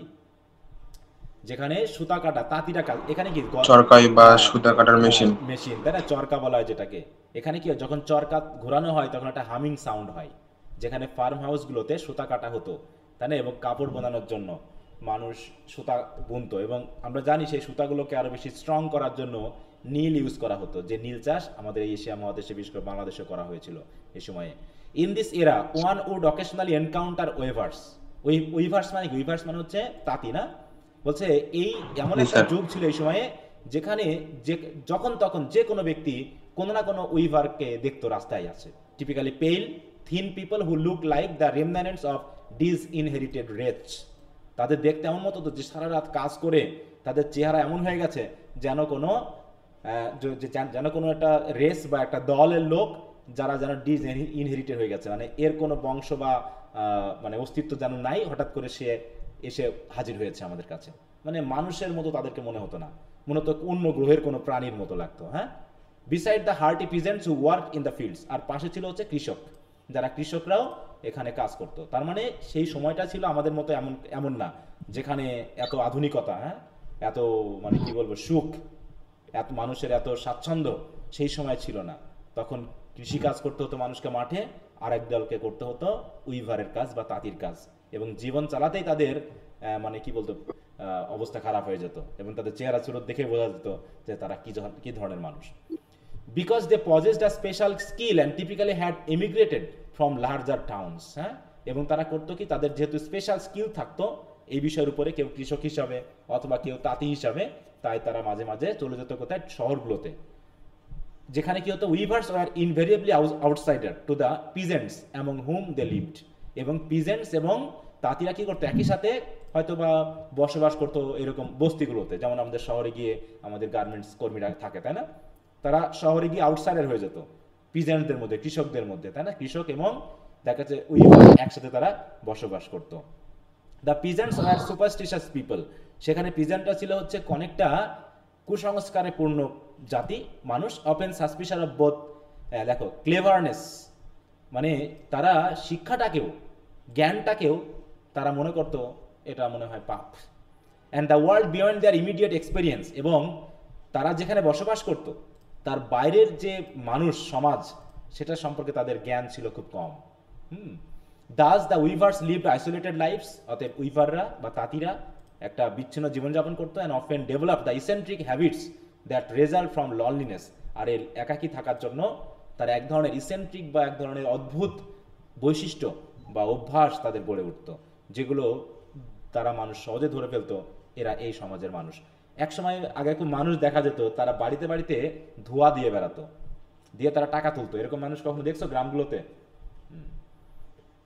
গ্রামে গ্রামে যেত, গোয়াল ঘর বাড়িতে, তাই না, গিয়ে তারা কি দিত, ধোয়া দিত, হ্যাঁ, বিভিন্ন ধরনের ওই যে তোমার কি বলবো, ধূপ টুপ দিয়ে তারা ধোয়া দিয়ে বেড়াতো আর টাকা তুলতো। তখনকার মানুষ বিশ্বাস করতো যে এটা থাকলে এবারে এই এই কাজটা যে করে সে হয় পবিত্র মানুষ, এবং এই ধোয়া দিয়ে সে কি করতো, অপআত্মা বা প্রেতাত্মা বা অপশক্তিকে বাড়ি থেকে দূর করতে পারতো। হ্যাঁ, এরকম বিশ্বাস আগের যুগের মানুষের ছিল। তা মোটামুটি এরকম, যেহেতু আজ থেকে প্রায় 200-250 বছর আগের ঘটনা, তাই না, কারণ আমরা একটু দেখি তারও বেশি হতে পারে। আমাদের রাইটারের নাম কি বলতো? George Eliot. George Eliot. ছেলে না মেয়ে? মেয়ে। হ্যাঁ, এটা কি তার আসল না, নাম? নাম হচ্ছে মেরি অ্যান ইভান্স। হ্যাঁ, তার হচ্ছে আসল নাম কি? Mary Ann Evans. এভান্স। এটা ইভান্স না? হ্যাঁ, ইভান্স। এভান্স, তাই তো, এই যে এই ব্যক্তি, তাই তো। হ্যাঁ স্যার। দেখো স্যার ওনার স্টোরিটা অনেক ক্রিটিক্যাল স্যার, হ্যাঁ, দেখো অনেক 1800 কষ্টে। 1800 তাহলে কত, আজ থেকে প্রায় ওইরকম 200, তাই না, বছর আগে। দেখো তার পেন নেম হচ্ছে জর্জ এলিয়ট, আর ম্যারি অ্যান এভান্স তার হচ্ছে মানে মেইন নেম। এই যে দেখো তার অনেক নভেল তিনি লিখেছেন, কিন্তু বলছে শি রোট 7 নভেলস। ওনারা কি দেখতে এরকম ছিলেন, নাকি এগুলো আর্ট করার কারণে ওনাদের অবয়বটা চেঞ্জ হয়ে গেছে? এটা হচ্ছে তখন তো আর ক্যামেরা ট্যামেরা ছিল না, তাদের আর্ট করা হতো, এবং একটা নির্দিষ্ট, যারা আর্টিস্ট ছিল তারা একটা নির্দিষ্ট ফরম্যাটে তারা কিন্তু করতো, ফর্মে তারা আর্ট করতো, চেহারাটা ঠিক থাকতো, কিন্তু বিষয়গুলো আবার এই ড্রেসগুলো এরকম একই কালচারের ছিল, এগুলো ব্যবহার করতো। দেখবা যে আর হচ্ছে যারা বিশেষ করে ওই সময়ে যারা হচ্ছে পলিটিশিয়ানস বেরা ছিল, এক ধরনের ড্রেস তারা ইউজ করতো, এক ধরনের চুলও তারা ইউজ করতো, বুঝতে পারছো, ওই ক্যাপ মাথায় তারা পরতো, ওটা তাদের হচ্ছে ওই তারা যে পার্লামেন্টের মেম্বার, তাদের এই পার্লামেন্টে ঢোকার পর ওই ধরনের মাথায় করতে হতো, বুঝতে পারছো, তাই দেখতে ওদের একই রকম লাগতো। হ্যাঁ স্যার, তখনকার ম্যাক্সিমাম পিকচার গুলো দেখলে মনে হয় যে সবার চুল একই রকমের। হ্যাঁ হ্যাঁ, এটা আর্টের জন্য, আর্টের ভিতরে আর্ট, তার হয়তো দেখা যাচ্ছে মুখের অবয়বটা কিছুটা ঠিক রেখে বাকিটা একটা ফ্রেমে ইউজ করতে হতো। যেমন হচ্ছে ওই যে হিন্দু ধর্মীয় যেগুলো তৈরি করা হয় না, প্রতিমা তৈরি করা হয়, তাই না, ওদের কিন্তু একটা সাজ থাকে, একটা হ্যাঁ সাজ থাকে, একটা মানে বডিটা তারা একটা তৈরি করে, তারপরে মাথাটা ওটা ইউজ করে তারা, তাই তো। তো এইভাবে ঠিক এখানেও ওই দেখা যাচ্ছে যারা আর্ট করতো তারা একটা নির্দিষ্ট ফর্মুলা ইউজ করতো, এই ফর্মুলার মাধ্যমে তারা এগুলো করার চেষ্টা করতো, ঠিক আছে, কারণ তখন তো আর ক্যামেরা ছিল না, তাই না। তাহলে এগুলো পাইলাম কেমন করে আমরা? আচ্ছা, তো ঠিক আছে, তাহলে আমরা প্রায় কত দেখো 1880, হ্যাঁ 1819, তার মানে প্রায় ওদিকে যদি আমরা 1900 সাল পর্যন্ত 100 বছর ধরে, এদিকে 100 বছর, 200 বছর, আবার এদিকে প্রায় 200-250 বছর, এরকম সময়ের আগের ঘটনা। তখন তো বিদ্যুৎ ছিল না, তাই না, তখন এরকম গাড়ি ঘোড়া আমরা যেগুলো পাচ্ছি, ইঞ্জিন চালিত গাড়ি, এগুলো ছিল না, তার মানে মানুষজন দূরে দূরে বসবাস করতো এবং মানুষের এত ঘন বসতি ছিল না, সবকিছু মিলেই। তো এরকম একটা ইন্ট্রোডাকশন আছে প্রথম দিকে, যে ওখানকার মানুষদের বাসা বাড়ি, তাদের আচার আচরণ, এগুলো নিয়ে কথা বলা হয়েছে। সাইলাস মার্নার আর linen weaver of this short, এরকমই সেও একজন তাঁতি ছিল। Lives in a stone cottage near a deserted stone pit in the fictional village of, দেখো র্যাভলু, তাহলে র্যাভলু নামে একটা গ্রাম, সেই গ্রামে এই র্যাবলুটা হচ্ছে ফিকশনাল ভিলেজ, মানে এটা এই নামে কোনো অরিজিনাল ভিলেজ নাই আসলে, এটা হচ্ছে এমনি গল্পের গ্রামের নাম ধরা হয়েছে। সেখানে সে একটা কটেজে সে বসবাস করতো এবং এখানে একটা কি ডিজার্টেড স্টোন পিট, স্টোন পিট মানে কি যেখান থেকে পাথর সংগ্রহ করা হতো। পিট মানে আমরা জানি কি বলতো, খনি, তাই না, যেখানে পাথর তোলা হয়, যেমন সিলেট বা ওই জাতীয় জায়গায় গেলে আমরা দেখি ওখান থেকে পাথর সংগ্রহ করা হচ্ছে, পুরো পাহাড়গুলোকে সমান করে ফেলেছে বাংলাদেশের অংশে। ভারতের অংশগুলো পাহাড় এখনো একই রকম আছে, কিন্তু বাংলাদেশের অংশে সিলেটে আছে কেউ এখানে, ওইদিকে গেলে আমরা দেখতে পাচ্ছি কি যে পাহাড় কেটে পাথরগুলো জায়গাগুলো পুরো সমান করে ফেলেছে। বাঙালিরা আমরা পাথর পর্যন্ত খেয়ে ফেলতেছি। হ্যাঁ, the boys of the village are drawn to the sound of his loom, এবং গ্রামের যে সকল ছেলেরা আছে তার লুমের যে কাজ করতো যখন সে তাঁতের, তখন সাউন্ড শুনে সবাই তার কাছে চলে আসতো। And often peer through his window with both awe and scorn for his strangeness, এবং তার যে অদ্ভুত আচার-আচরণ, তার বসবাস, এটা নিয়ে গ্রামের ছেলেমেয়েরা জানলা দিয়ে টুকি দিয়ে তাকে দেখতে খুব মজা পাইত। Silas responds by glaring at them to scare them away, শুধু তাদের দিকে চোখ রাঙিয়ে তাকিয়ে তাদেরকে ভয় লাগিয়ে দিত, এরকম আর কি। The boys' parents claim that Silas had special powers, আর ওই গ্রামের মানুষজন মনে করে যে সাইলাসের মধ্যে একটা স্পেশাল পাওয়ার আছে, সাজ দ্য অ্যাবিলিটি টু কিওর, দেখো রুমেটিজম, হ্যাঁ রুমেটিজম বলে না, যে রিউমেটিক ফিভার যেটা আমরা বলি না, রুমেটিজম ইনভোকিং দ্য ইভিল, তাহলে ইভিলের মাধ্যমে মানে শয়তানের মাধ্যমে সে এই রোগগুলোকে সারতে পারত। অলদো রেবলু is a fairly affluent attractive village, যদিও এই গ্রামটা এরকম গরিব ভিলেজ ছিল না, মোটামুটি অ্যাফ্লুয়েন্ট ছিল, সচ্ছল ছিল এবং অ্যাট্রাকটিভ ভিলেজ ছিল। It is far from any major road, কিন্তু বড় বড় যে শহরের রোডগুলো, এই রোডগুলো থেকে এই গ্রামটা একটু দূরে ছিল। শেল্টার্ড from current of progressive thoughts, যেখানে যে শহরে মোটামুটি প্রোগ্রেসিভ থট চলতো সেখান থেকে বরং তারা অনেক দূরে বসবাস করতো। The towns people retain many primitive beliefs, তাহলে যেহেতু এই র্যাবলু ভিলেজটা কিছুটা অ্যাফ্লুয়েন্ট হলেও মেজর যে শহর বা বাইরের জগতের সাথে লিঙ্ক করতে পারে এমন শহর থেকে তারা অনেক দূরে বসবাস করত। তাই বলছে যে কিছু কিছু প্রোগ্রেসিভ থট তাদের ভিতরে আসলেও তখনকার মানুষ তখনও বিভিন্ন প্রাচীন বিশ্বাসী ছিল। এই জন্য তার এই যে বলছে না যে সে কিওর করতে পারতো রুমেটিজম বা ইনভোকিং দ্য ডেভিলের মাধ্যমে, মানে শয়তান। অনেক সময় আছে না যে ভূত তাড়ানো হয়, এরকম গ্রামগুলোতে তো অনেক এরকম কবিরাজ টবিরাজ আছে নাকি, সাপের বিষ ঝাড়ান, সাপকে ডেকে নিয়ে এসে, হ্যাঁ মনসা দেবীর মাধ্যমে মনসা দেবীকে ডেকে এনে মানে সাপে কাটা মানুষকে বাঁচানো, এরকম বিশ্বাস বিভিন্ন জায়গাতে এখনো আছে না, এরকম সব জায়গায় উন্নত হয়েছে, এখনো আছে। বাট স্যার এখানে একটা কথা আছে, বলো। হচ্ছে ওই যে সাইরাস হচ্ছে একদিন এক মহিলাকে হচ্ছে ওই ওনার মানে বাতরোগ ছিল, কেকটার মাধ্যমে জানি উনি একটা প্রতিরোধ করতে পারছে, এরপর থেকে ওনাকে হচ্ছে এভাবে মানে ধারণা করা হয়। না সেটা তো আছে, ওগুলো তো আমরা এত আলোচনা করতে যাব না। হ্যাঁ, আমরা যা শর্টে এখানে এক কথায় বলে দিচ্ছি, ঠিক আছে, যে তার বিশেষ পাওয়ার ছিল, মানুষজন যা মনে করতো তার দুই একটা কথা এখানে বলা হয়েছে, ঠিক আছে। হ্যাঁ, নভেলে তো অনেক কথা বলা আছে সেগুলো। আর স্যার বলছে in the 15 years Silas has lived in র্যাবলু, he has not invited any guests into his home, made any effort to befriend other villagers or attempted to court any of the town's women, মানে কারোর সাথে প্রেমে পড়া, তাই তো, কারোর সাথে বন্ধুত্ব তৈরি করা বা তার বাড়িতে গেস্ট নিয়ে এসে দাওয়াত দিয়ে খাওয়ানো, মানে একটা ভালো অন্যদের সাথে যে একটা আত্মীয়তা ফিলিং তৈরি করা, এটা তার হয়ে ওঠেনি।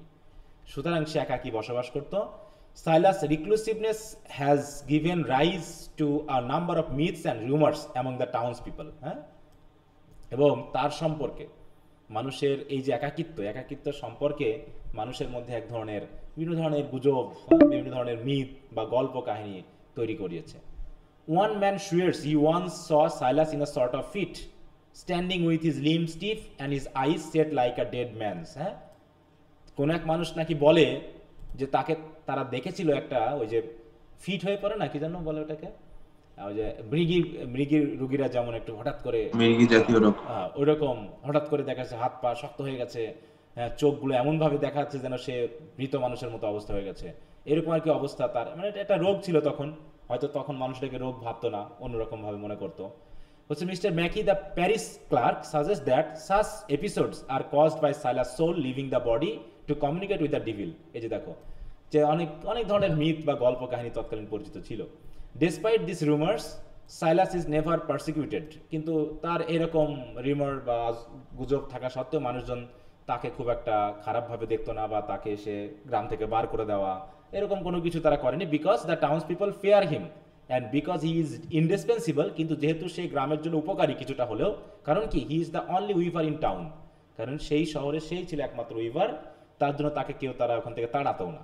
As the year pass local lore also begins to hold that, lore মানে কি গল্প কাহিনী, myth, hold that Silas business has enable him to save a sizable hold of money, এবং সবাই মনে করে যে সাইলাস যেহেতু এখানে একজন প্রতিষ্ঠিত উইভার, অতএব নিশ্চয়ই এতদিন সে একাকী থাকার কারণে তার ফ্যামিলি নাই, অনেক টাকা পয়সা তার হয়তো বা হয়েছে, এটা অনেকে মনে করতো, তার টাকাও তো চুরি হয়ে যায় পরে, তাই না? বিফোর সাইলাস কেম টু রেভলু, এবার হচ্ছে এই গ্রামে আসার আগে তার জীবনটা কেমন ছিল সেটা একটু বলা হয়েছে। বলছে before Silas came to Raveloe he lived in a town to the north where he was thought of as a young man of exemplary life and ardent faith, মানে তার জীবনটা স্বাভাবিক ছিল আর কি, হ্যাঁ, বেশ মানে এটা কম্পারেটিভ একটা লাইফ ছিল এবং ধর্মীয় বিশ্বাস সহ সবকিছু মিলে সে ছিল আর কি।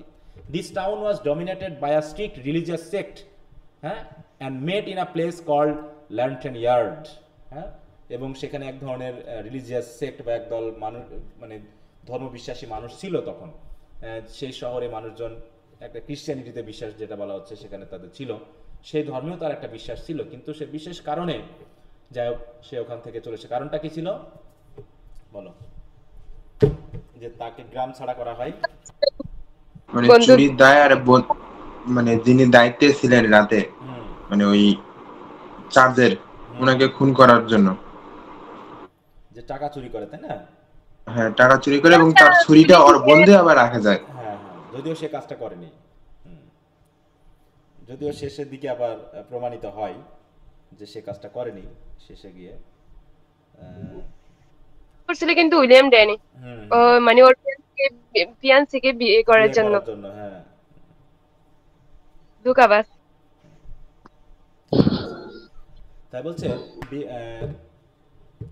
during one prayer meeting Silas became unconscious and rigid for more than an hour, an event that his fellow church members regarded as divinely inspired। দেখো তাহলে আগে তার এখন যে রেভলু শহরে আছে সেখানে মানুষকে মনে করে ডেভিলের দ্বারা সেরকম হতো, আসলে তার একটা রোগ ছিল এটা, তাই না? এই ফিট হয়ে যাওয়াটা রোগ ছিল। সে চার্চের ভিতরে একদিন প্রার্থনা করতে করতে এরকম আনকনশিয়াস হয়ে গেল, তারা মনে করতেছে যে ডিভাইন্স কোনো স্পিরিট এসে হয়তো তাকে ভর করছে, হ্যাঁ, এরকম মনে করতো। However, Silas' best friend at the time, William Dane, a seemingly equally devout but arrogant young man, suggested that Silas' feet might have been represented as a visitation from the devil rather than from God। এ আবার ভুল প্রচার দিল, হ্যাঁ, যদিও তার বন্ধু ছিল তারপরও তাকে খুব ঈর্ষা করতো, এ কারণেই যে তারা মানুষের যে বিশ্বাস করতো যে ডিভাইন পাওয়ার হতে পারে, কিন্তু আবার বললো না এটা কোনো ডেভিল পাওয়ারের কারণে এই সমস্যাটা হয়। যাই হোক, troubled by this suggestion Silas asked his fiancée, a young servant named Sarah, if she wished to call off their engagement। হ্যাঁ, এবং মানে এই নিয়ে তাদের ভিতরে একটা দ্বন্দ্ব হয় আর কি সারার সাথে, যদিও সে ছিল সাইলাসের ফিয়ান্সে নাকি, তাদের বিয়ে হওয়ার কথা ছিল, হ্যাঁ। Though Sarah seemed at first want, she did not, তাহলে সারা চেয়েছিল যে এনগেজমেন্টটা বাদ দিবে, কিন্তু শেষ মতো করেনি।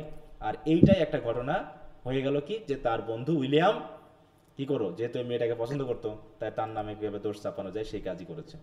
One night Silas stayed up to watch over the senior deacon of Lantern Yard who was sick। এই রাতেই কাহিনীটা ঘটে, সাইলাসের দায়িত্ব দেওয়া হয়েছিল যাতে সে ডিকনকে দেখে নাকি, ওই চার্চের যিনি দায়িত্বে আছেন।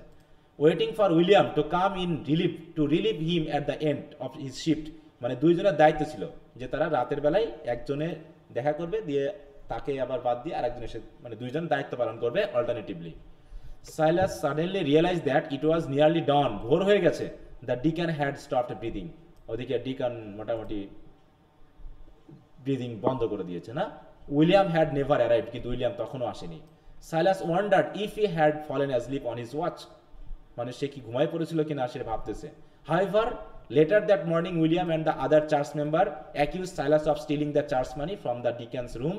Silas দেখো pocket knife turn up in the বারো where the money had been stored, যেখানে টাকা রাখা হয়েছিল সেখানে দেখা গেল তার যে পকেট নাইফ থাকতো সে সময় সাথে রাখতো, সেটাকে ওখানে পাওয়া গেল, দিয়ে তার নামে দোষ দেওয়া হলো। and the empty money bag was later found in Silas' dwelling, এবং সাইলাসের বাড়িতেই ওই ডেকনের যে এমটি, হ্যাঁ, যে মানি ব্যাগ সেটা আবার তার বাড়িতে রাখা হয়েছিল। সবকিছু মিলে দোষটা তার উপরে দেওয়া হয়।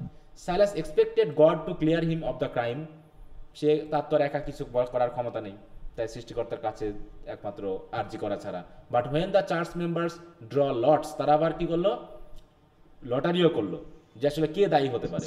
সাইলাস ওয়ার ডিটারমাইন্ড গিল্টলি অ্যান্ড এক্সকমিউনিকেটেড, শেষ পর্যন্ত ওকে দায়ী করা হলো। এই লটারিতে কি ঘটনা ঘটেছিল কেউ বলতে পারবা?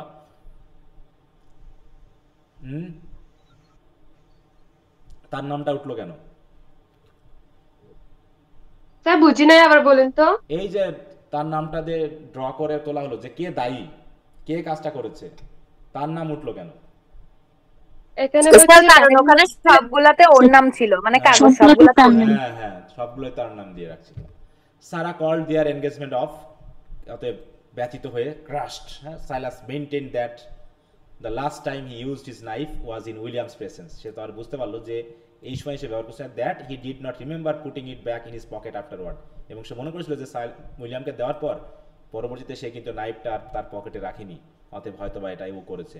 Two the horror of the church, Silas angrily renounced his religious faith, শেষ পর্যন্ত সে তার বিশ্বাসটা হারালো, যে কিভাবে যদি সত্যি ধরে মানুষ বিশ্বাস করতো তাহলে আমার ভাগ্যে কখন আমি যে কাজটা করিনি সেটা কেন চার্চ মেম্বারেরা আমার নামটা চাপিয়ে দিবে।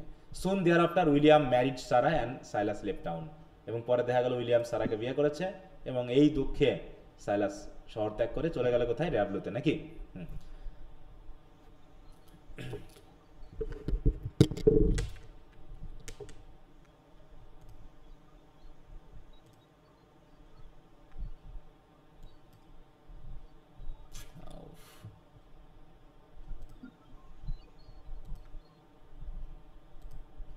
আচ্ছা, আমার কথা শুনতে পাচ্ছ সবাই?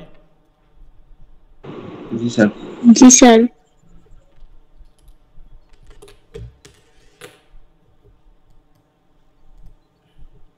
আচ্ছা, much shaken after the acquisition, Silas finds nothing familiar in Ravlu to reawaken his faith. হ্যাঁ, তার বিশ্বাসটাকে আবার নতুন করে জাগানোর মতো কোনো কিছু সে পায়নি, তার জন্য সে ধর্মীয় বিশ্বাসটা হারিয়েছিল। falls into a numbing routine of solitary work, সে একটা ওই একাকিত্ব জীবন নিয়েই তার কাজ চালিয়ে যেতে থাকলো জীবন চালানোর জন্য। his one attempt at neighborliness backfires, তারপরে neighborliness মানে কি, তার ভিতরে যে প্রতিবেশী ভাব, এটা পুনরায় ফিরিয়ে আনার জন্য when an herbal remedy he suggests for a neighbor's illness works, সে একটা হার্বাল রেমেডি তাদেরই এক নেইবারকে সাজেস্ট করেছিল, তাই না? সেটা কাজ হওয়ার পর ওই যে প্রতিবেশীরা তখন মোটামুটি তাকে বিশ্বাস করা শুরু করলো। He is rumoured to be a sort of witch doctor, তবে সবাই তাকে উইচ ডক্টর বলতো, যে ভূতের মাধ্যমে রোগ সারে, না? With little else to live for, Silas became infatuated with the money he earns for his work and hoard it. অতএব যখন সে আর কারোর সাথে মানে সম্পর্ক রেখে চলতে পারলো না, মানুষের সাথে চলতে পারছে, তখন তার একটাই উদ্দেশ্য ছিল কি, সে যে কাজ করতেছে সেই কাজের মাধ্যমে যে টাকা আসতেছে সে ওই টাকা গুছানো ছাড়া আর কিছু নিয়ে ভাবতো না। এটাতে সে পুরো একদম ইনফ্যাচুয়েটেড হয়ে গেল। হ্যাঁ, মানে একদম কি হয়ে গেল, ইনফ্যাচুয়েট মানে কি, টাকার প্রতি, living off as little as possible, এবং যত পারতো সে কম ব্যয় করতো আর কি। Every night he pulls his gold out from it hiding place beneath his floorboards to count it, এবং প্রতি রাতে সে তার টাকাগুলো বার করতো এবং গুনতো, মানে একটা নেশাই হয়ে পড়ে গেল আর কি। He carries on in this ways for 15 years, এভাবে সে ওখানে 15 বছর চালালো। এভাবে মোটামুটি তার জীবনের কিছু অংশ দেখলাম। Squire Cass is the wealthiest man in Raveloe, খেয়াল করো এই ফ্যামিলির বিষয়টা একটু খেয়াল করবে, এখানে অনেকগুলো ক্যারেক্টার আছে। And his two eldest sons are Godfrey and Dunstan. Okay, তাহলে স্কয়ার ক্যাস হচ্ছে কি, ওয়েলদিয়েস্ট ম্যান, এবং তার দুই ছেলে হচ্ছে গডফ্রে অ্যান্ড ডানস্টেন আর ডান্সি। তাহলে Dunsey is greedy and cruel and enjoys tormenting Godfrey the eldest son. তাই এল্ডেস্ট সান হচ্ছে গডফ্রে, তাহলে গডফ্রে মোটামুটি একটু ভালো ছিল নাকি, আর ডান্সে ছিল একটু কি গ্রিডি টাইপের। Godfrey is good natured but weak willed, মানে স্বভাব ভালো কিন্তু তার ইচ্ছা শক্তি কম ছিল। Though secretly married to the opium addict Molly Farren, Molly Farren নামে একজন নেশাগ্রস্ত নারীর সাথে সে সিক্রেটলি বিয়ে করে। অন্যদিকে he is in love with Nancy Lammeter, তাহলে এদিকে সে বিয়ে করেছে মলি ফারেনের সাথে, আর ওদিকে সে প্রেম করছে কার সাথে, ন্যান্সি ল্যামেটারের সাথে। ঠিক আছে, কার কথা বলা হচ্ছে এখানে, গডফ্রে কেস, গডফ্রে, তাই তো? হ্যাঁ। Dunsey talked Godfrey into the marriage and repeatedly blackmails, যেহেতু গোপনে বিয়ে করেছে আর ওদিকে ডান্সি জানে, তার ছোট ভাই জানে, হ্যাঁ, অতএব বলে দিবে বাবাকে, হ্যাঁ, বাবাকে বললেই তো খবর আছে, তাকে সম্পত্তি থেকে বহিষ্কার করবে। এই হিসাবেতে ডান্সে প্রায়ই গডফ্রেকে ব্ল্যাকমেল করতো, যে সে বলে দিবে তাকে, তাই বলছে blackmails him with threats to reveal the marriage to their father. Godfrey gives Dance 100 pounds of the rent money paid to him by one of their father's tenants. এবং যেহেতু তার বাবা গডফ্রেকে খুব ভালোবাসতো, সেই গডফ্রের উপর বিশ্বাস ছিল, সে অনেক সময় বাড়ির টাকা পয়সার হিসাব রাখতো, কিন্তু সেখান থেকে ডান্সেকে সে 100 পাউন্ডস দিয়েছিল, কারণ কি ব্ল্যাকমেল করে। Godfrey then finds himself in a bind when Dance insists that Godfrey pay the sum himself. শেষ পর্যন্ত দেখা যাচ্ছে এই টাকা নিয়েও, মানে একটা অপরাধে তুমি জড়িয়ে গেলে যে তোমার এই সিক্রেটটা জানে, কি হয় মাঝে মাঝে সে কি করে, মাঝে মাঝে সে ওটাকে ব্ল্যাকমেইলিং হিসেবে গ্রহণ করে সুবিধা আদায় করে। তো এরকম ঘটনা ঘটে। Dunsey once against threatens to reveal Godfrey's marriage, but after some arguing efforts to sell Godfrey's prize horse Wildfire to repay the loan. শেষ পর্যন্ত গডফ্রেকে তার কি করতে হয়, ওয়াইল্ডফায়ার নামক যে ঘোড়াটা, সেটা বিক্রি করে ওই বাপের কাছে যে টাকাটা নিয়েছিল, বাপের টাকা শোধ করতে হয়েছিল তাকে। কিন্তু তা এই ঘোড়াটার নাম কি?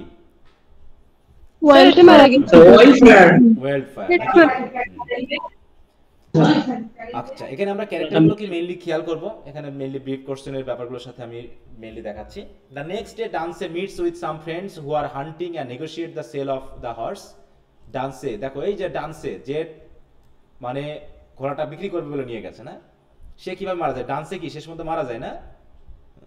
জি sir. decides to participate in the hunt before finalizing the sale. অতএব ঘোড়াটা বিক্রি করার আগে সে চাইলো যে আমি একটু হান্টিং এ যাই, and in doing so he has a riding accident that kills the horse. পড়ে যায় আর কি, অ্যাক্সিডেন্টের কথা তো বিস্তারিত বলা হলো না, সংক্ষেপে যেটা বলা হচ্ছে, knowing the rumors of Silas হান্টিং। হ্যাঁ বলো হ্যাঁ ক্লাসটা রেকর্ড হচ্ছে? হ্যাঁ ক্লাস রেকর্ড হচ্ছে। ওকে, তারপর knowing the rumours of Silas hoard, তাহলে যেহেতু ঘোড়া মারা গেছে আর টাকা নাই, টাকা তো সে বিক্রি করে 100 পাউন্ড তো নিয়ে আসতে পারলো না, এখন কি করবে? সে জানে যে সাইলাসের কাছে অনেক টাকা আছে, তাই না, সাইলাস অনেক টাকা আছে, তাই করলো কি ডান্সি ওই makes plan to intimidate the weaver into lending him money. সে তাকে প্রথমে একটু চাপ দিতে চাইলো যে টাকা দেওয়ার জন্য। His walk home takes him by Silas cottage and finding the cottage empty, সে ভাবলো যে সে প্রথমে সাইলাসের কাছে যাবে, গিয়ে তার কাছ থেকে টাকা ধার চাইবে, কিন্তু গিয়ে দেখলো সাইলাসের কটেজ ফাঁকা, and Dunsey steals the money instead, সে না বলেই কি বললো, তার টাকাগুলো চুরি করে নিয়ে আসলো, মানে টাকা চুরি করার জন্য এই কথাটা এখানে নিয়ে আসা হয়েছে। Okay, Silas return from an errand to find his money gone, তারপর একটা কাজের পর যখন সে ফিরে আসলো দেখলো যে তার টাকা নাই। Overwhelmed by the loss he runs to the local tavern for help and announces the theft to a sympathetic audience of tavern regulars. তাহলে সে লোকজনকে জানিয়ে দিল যে আমার এরকম টাকা চুরি হয়েছে। The thefts become the talk of the village and a theory arises that the thief might have been a peddler who came through the village sometime before. আর সবাই মনে করলো যে এই চোরটা হয়তো গ্রামের কেউ না, বরং কোনো পেডলার হবে। পেডলার মানে যারা হচ্ছে ওই যে হাত দিয়ে বিভিন্ন জিনিস বিক্রি করে দেয় নাকি, তাদের ভিতরে হয়তো কেউ এটা চুরি করে নিয়ে চলে গেছে, যে হয়তো আমাদের গ্রামে না। Godfrey meanwhile is distracted by thoughts of Dance, who has not returned home. ওদিকে ডান্সেকে দিয়েছিল ঘোড়া বিক্রি করতে, এখন সে তো এখনো ফিরে আসতেছে না, সে তো হতাশ। After hearing that Wildfire has been found dead, Godfrey decide to tell his father about the money. শেষ পর্যন্ত তার বাবাকে বলেই দিল, though not about his marriage. Say marriage সম্পর্কে বলো না, কিন্তু সে তার টাকা যে ডান্সেকে দিয়েছিল 100 পাউন্ড, সেটা সে তার বাবাকে বলে দিয়ে স্বীকার করে নিল। The squire flies into a rage at the news but does not do anything drastic to punish Godfrey. তিনি রেগে গেলেও তেমন কিছু করলো না গডফ্রেকে শাস্তি দেওয়ার জন্য। তো যাই হোক, ওখানে টাকাটা অলরেডি চুরি হয়ে গেল আমাদের সাইলাসের। She is utterly disconsolated at the loss of his gold and numbly continues his weaving. সে তার কাজ চালিয়ে গেল, কিন্তু আরো বেশি ডিস্ট্রাক্টেড হয়ে গেল, আরো বেশি হতাশ হয়ে গেল। Some of the townspeople stop by to offer their condolence. অনেকে তার বাড়িতে আসতো তাকে একটু সান্ত্বনা দেওয়ার জন্য, and advice. Among these visitors, Dolly Winthrop stands out. তাহলে ডলি উইন্থ্রপ নামে একজন লেডি, তাই তো ইনি, তার সাথে বিশেষ পরিচিতি হয় আর কি। Like many of the others, she encouraged Silas to go to the church. তিনি যদি ধর্মকর্ম করতেন না, তাই এই সাইলাসকে এনকারেজ করলো যেন চার্চে যায়। Something she has not done since he was banished from Lantern Yard. তার নিজের গ্রাম ল্যান্টেনিয়ার থেকে আসার পর সে এই কোনোদিন চার্চে যায়নি, but she is also gentler and more genuinely sympathetic. যাই হোক, ডলি উইন্থ্রপ খুবই জেন্টাল এবং সিম্প্যাথেটিক হওয়ার কারণে সে পারে মোটামুটি সাইলাসের মেন্টালিটিটাকে কিছুটা স্বাভাবিক করতে অ্যাডভাইসের মাধ্যমে। ওদিকে তোমার গডফ্রের যেন কার সাথে বিয়ে হয়েছে আর কার প্রেমে আছে এখন বলো তো? গডফ্রে মনে আছে?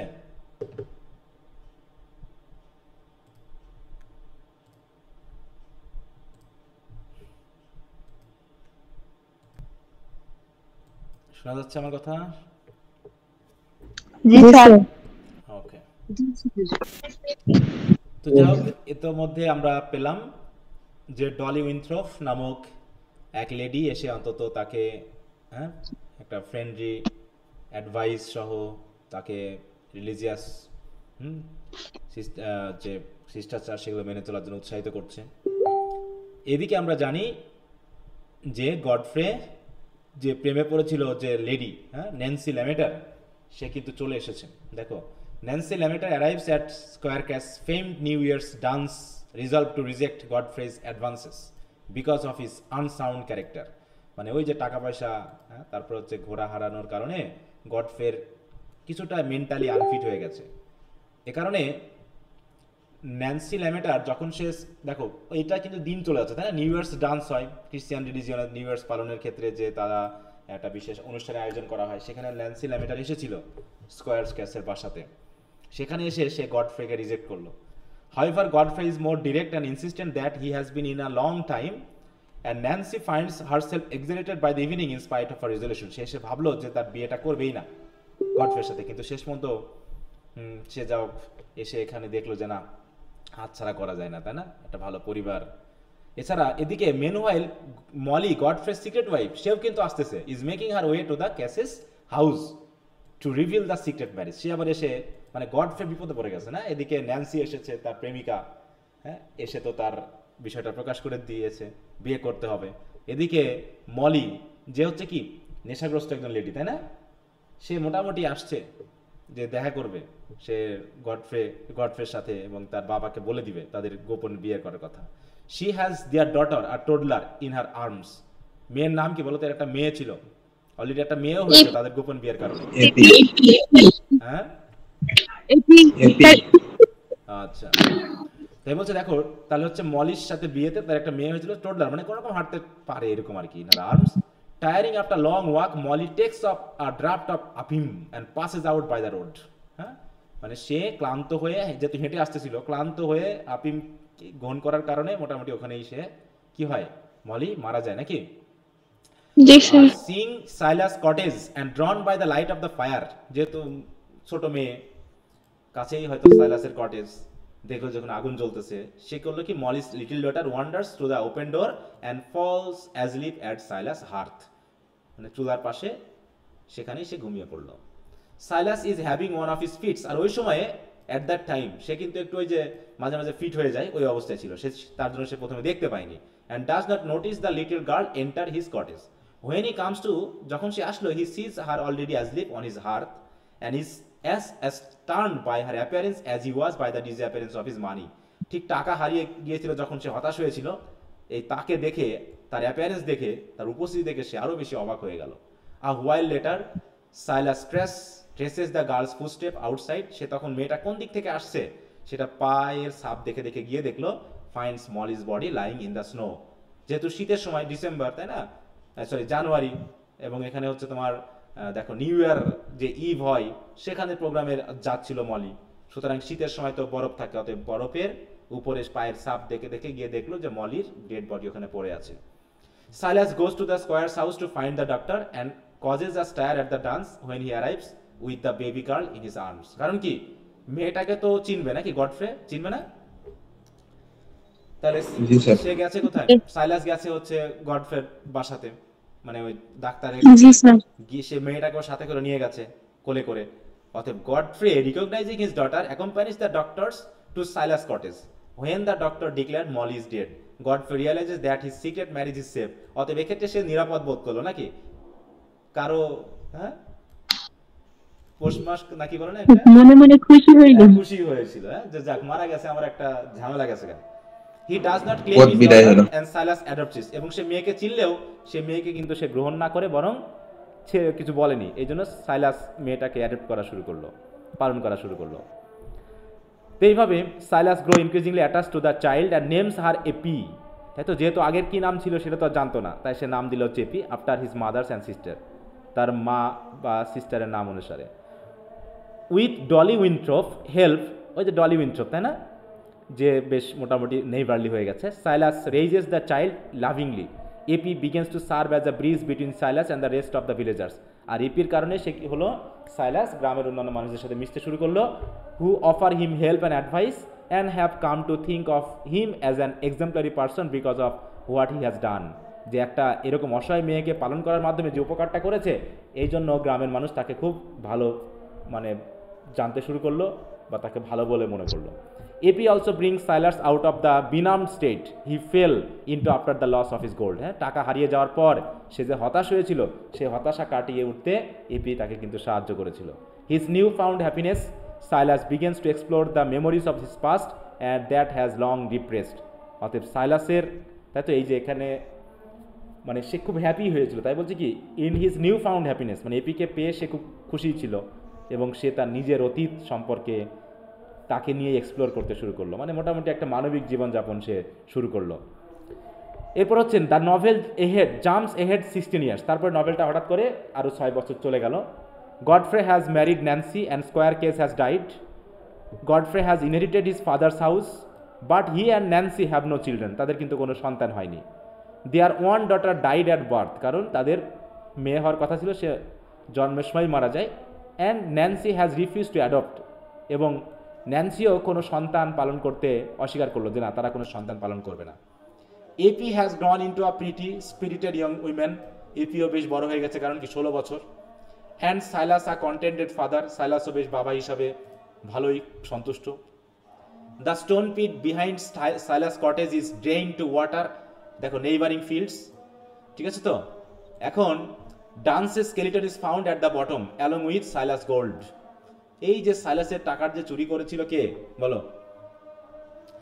স্যার ডান্স চুরি করে পালাতে গিয়ে নাকি সে পড়েছিল কোথায়? স্টোন পিটের ভিতরে পড়ে গেছিল, হ্যাঁ, এবং সেখানে পানি থাকার কারণে সে ডুবে মারা যায়।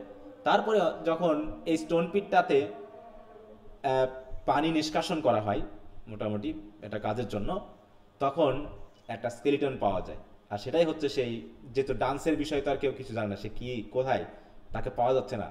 The discovery frightens Godfrey, who becomes convinced that his own secrets are destined to be uncovered as well. সে ভাবলে এই মরছে রে, এবার তো বিপদ। He confesses the truth to Nancy about his marriage to Molly and fathering of Epi. বলে দিল আর কি।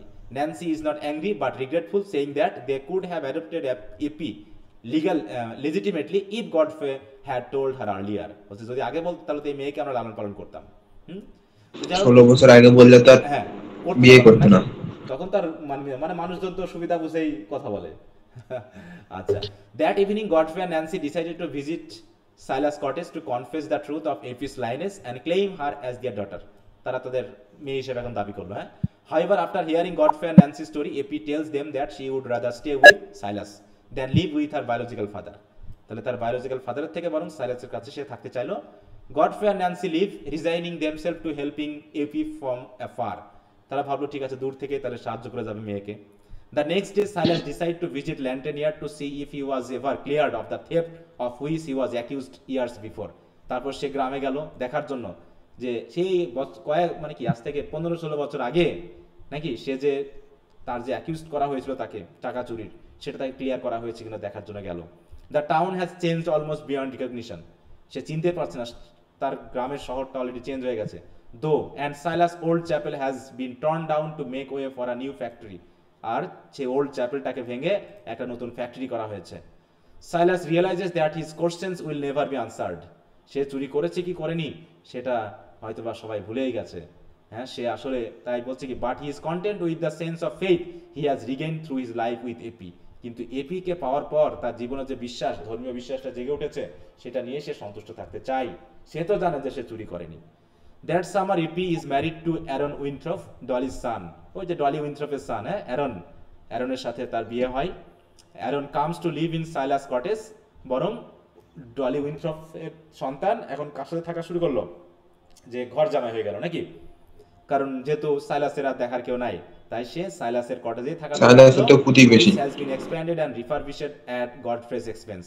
আর এদিকে গডফ্রে টাকা পয়সা দিয়ে তার বাড়িটাকে অন্তত আরো বেশি সুন্দর করে রিফারবিশ বা সাজিয়ে দিয়েছে। হ্যাঁ, তো এইভাবে মোটামুটি গল্পটা এই পর্যায়ে গিয়ে শেষ হয়েছে, ঠিক আছে।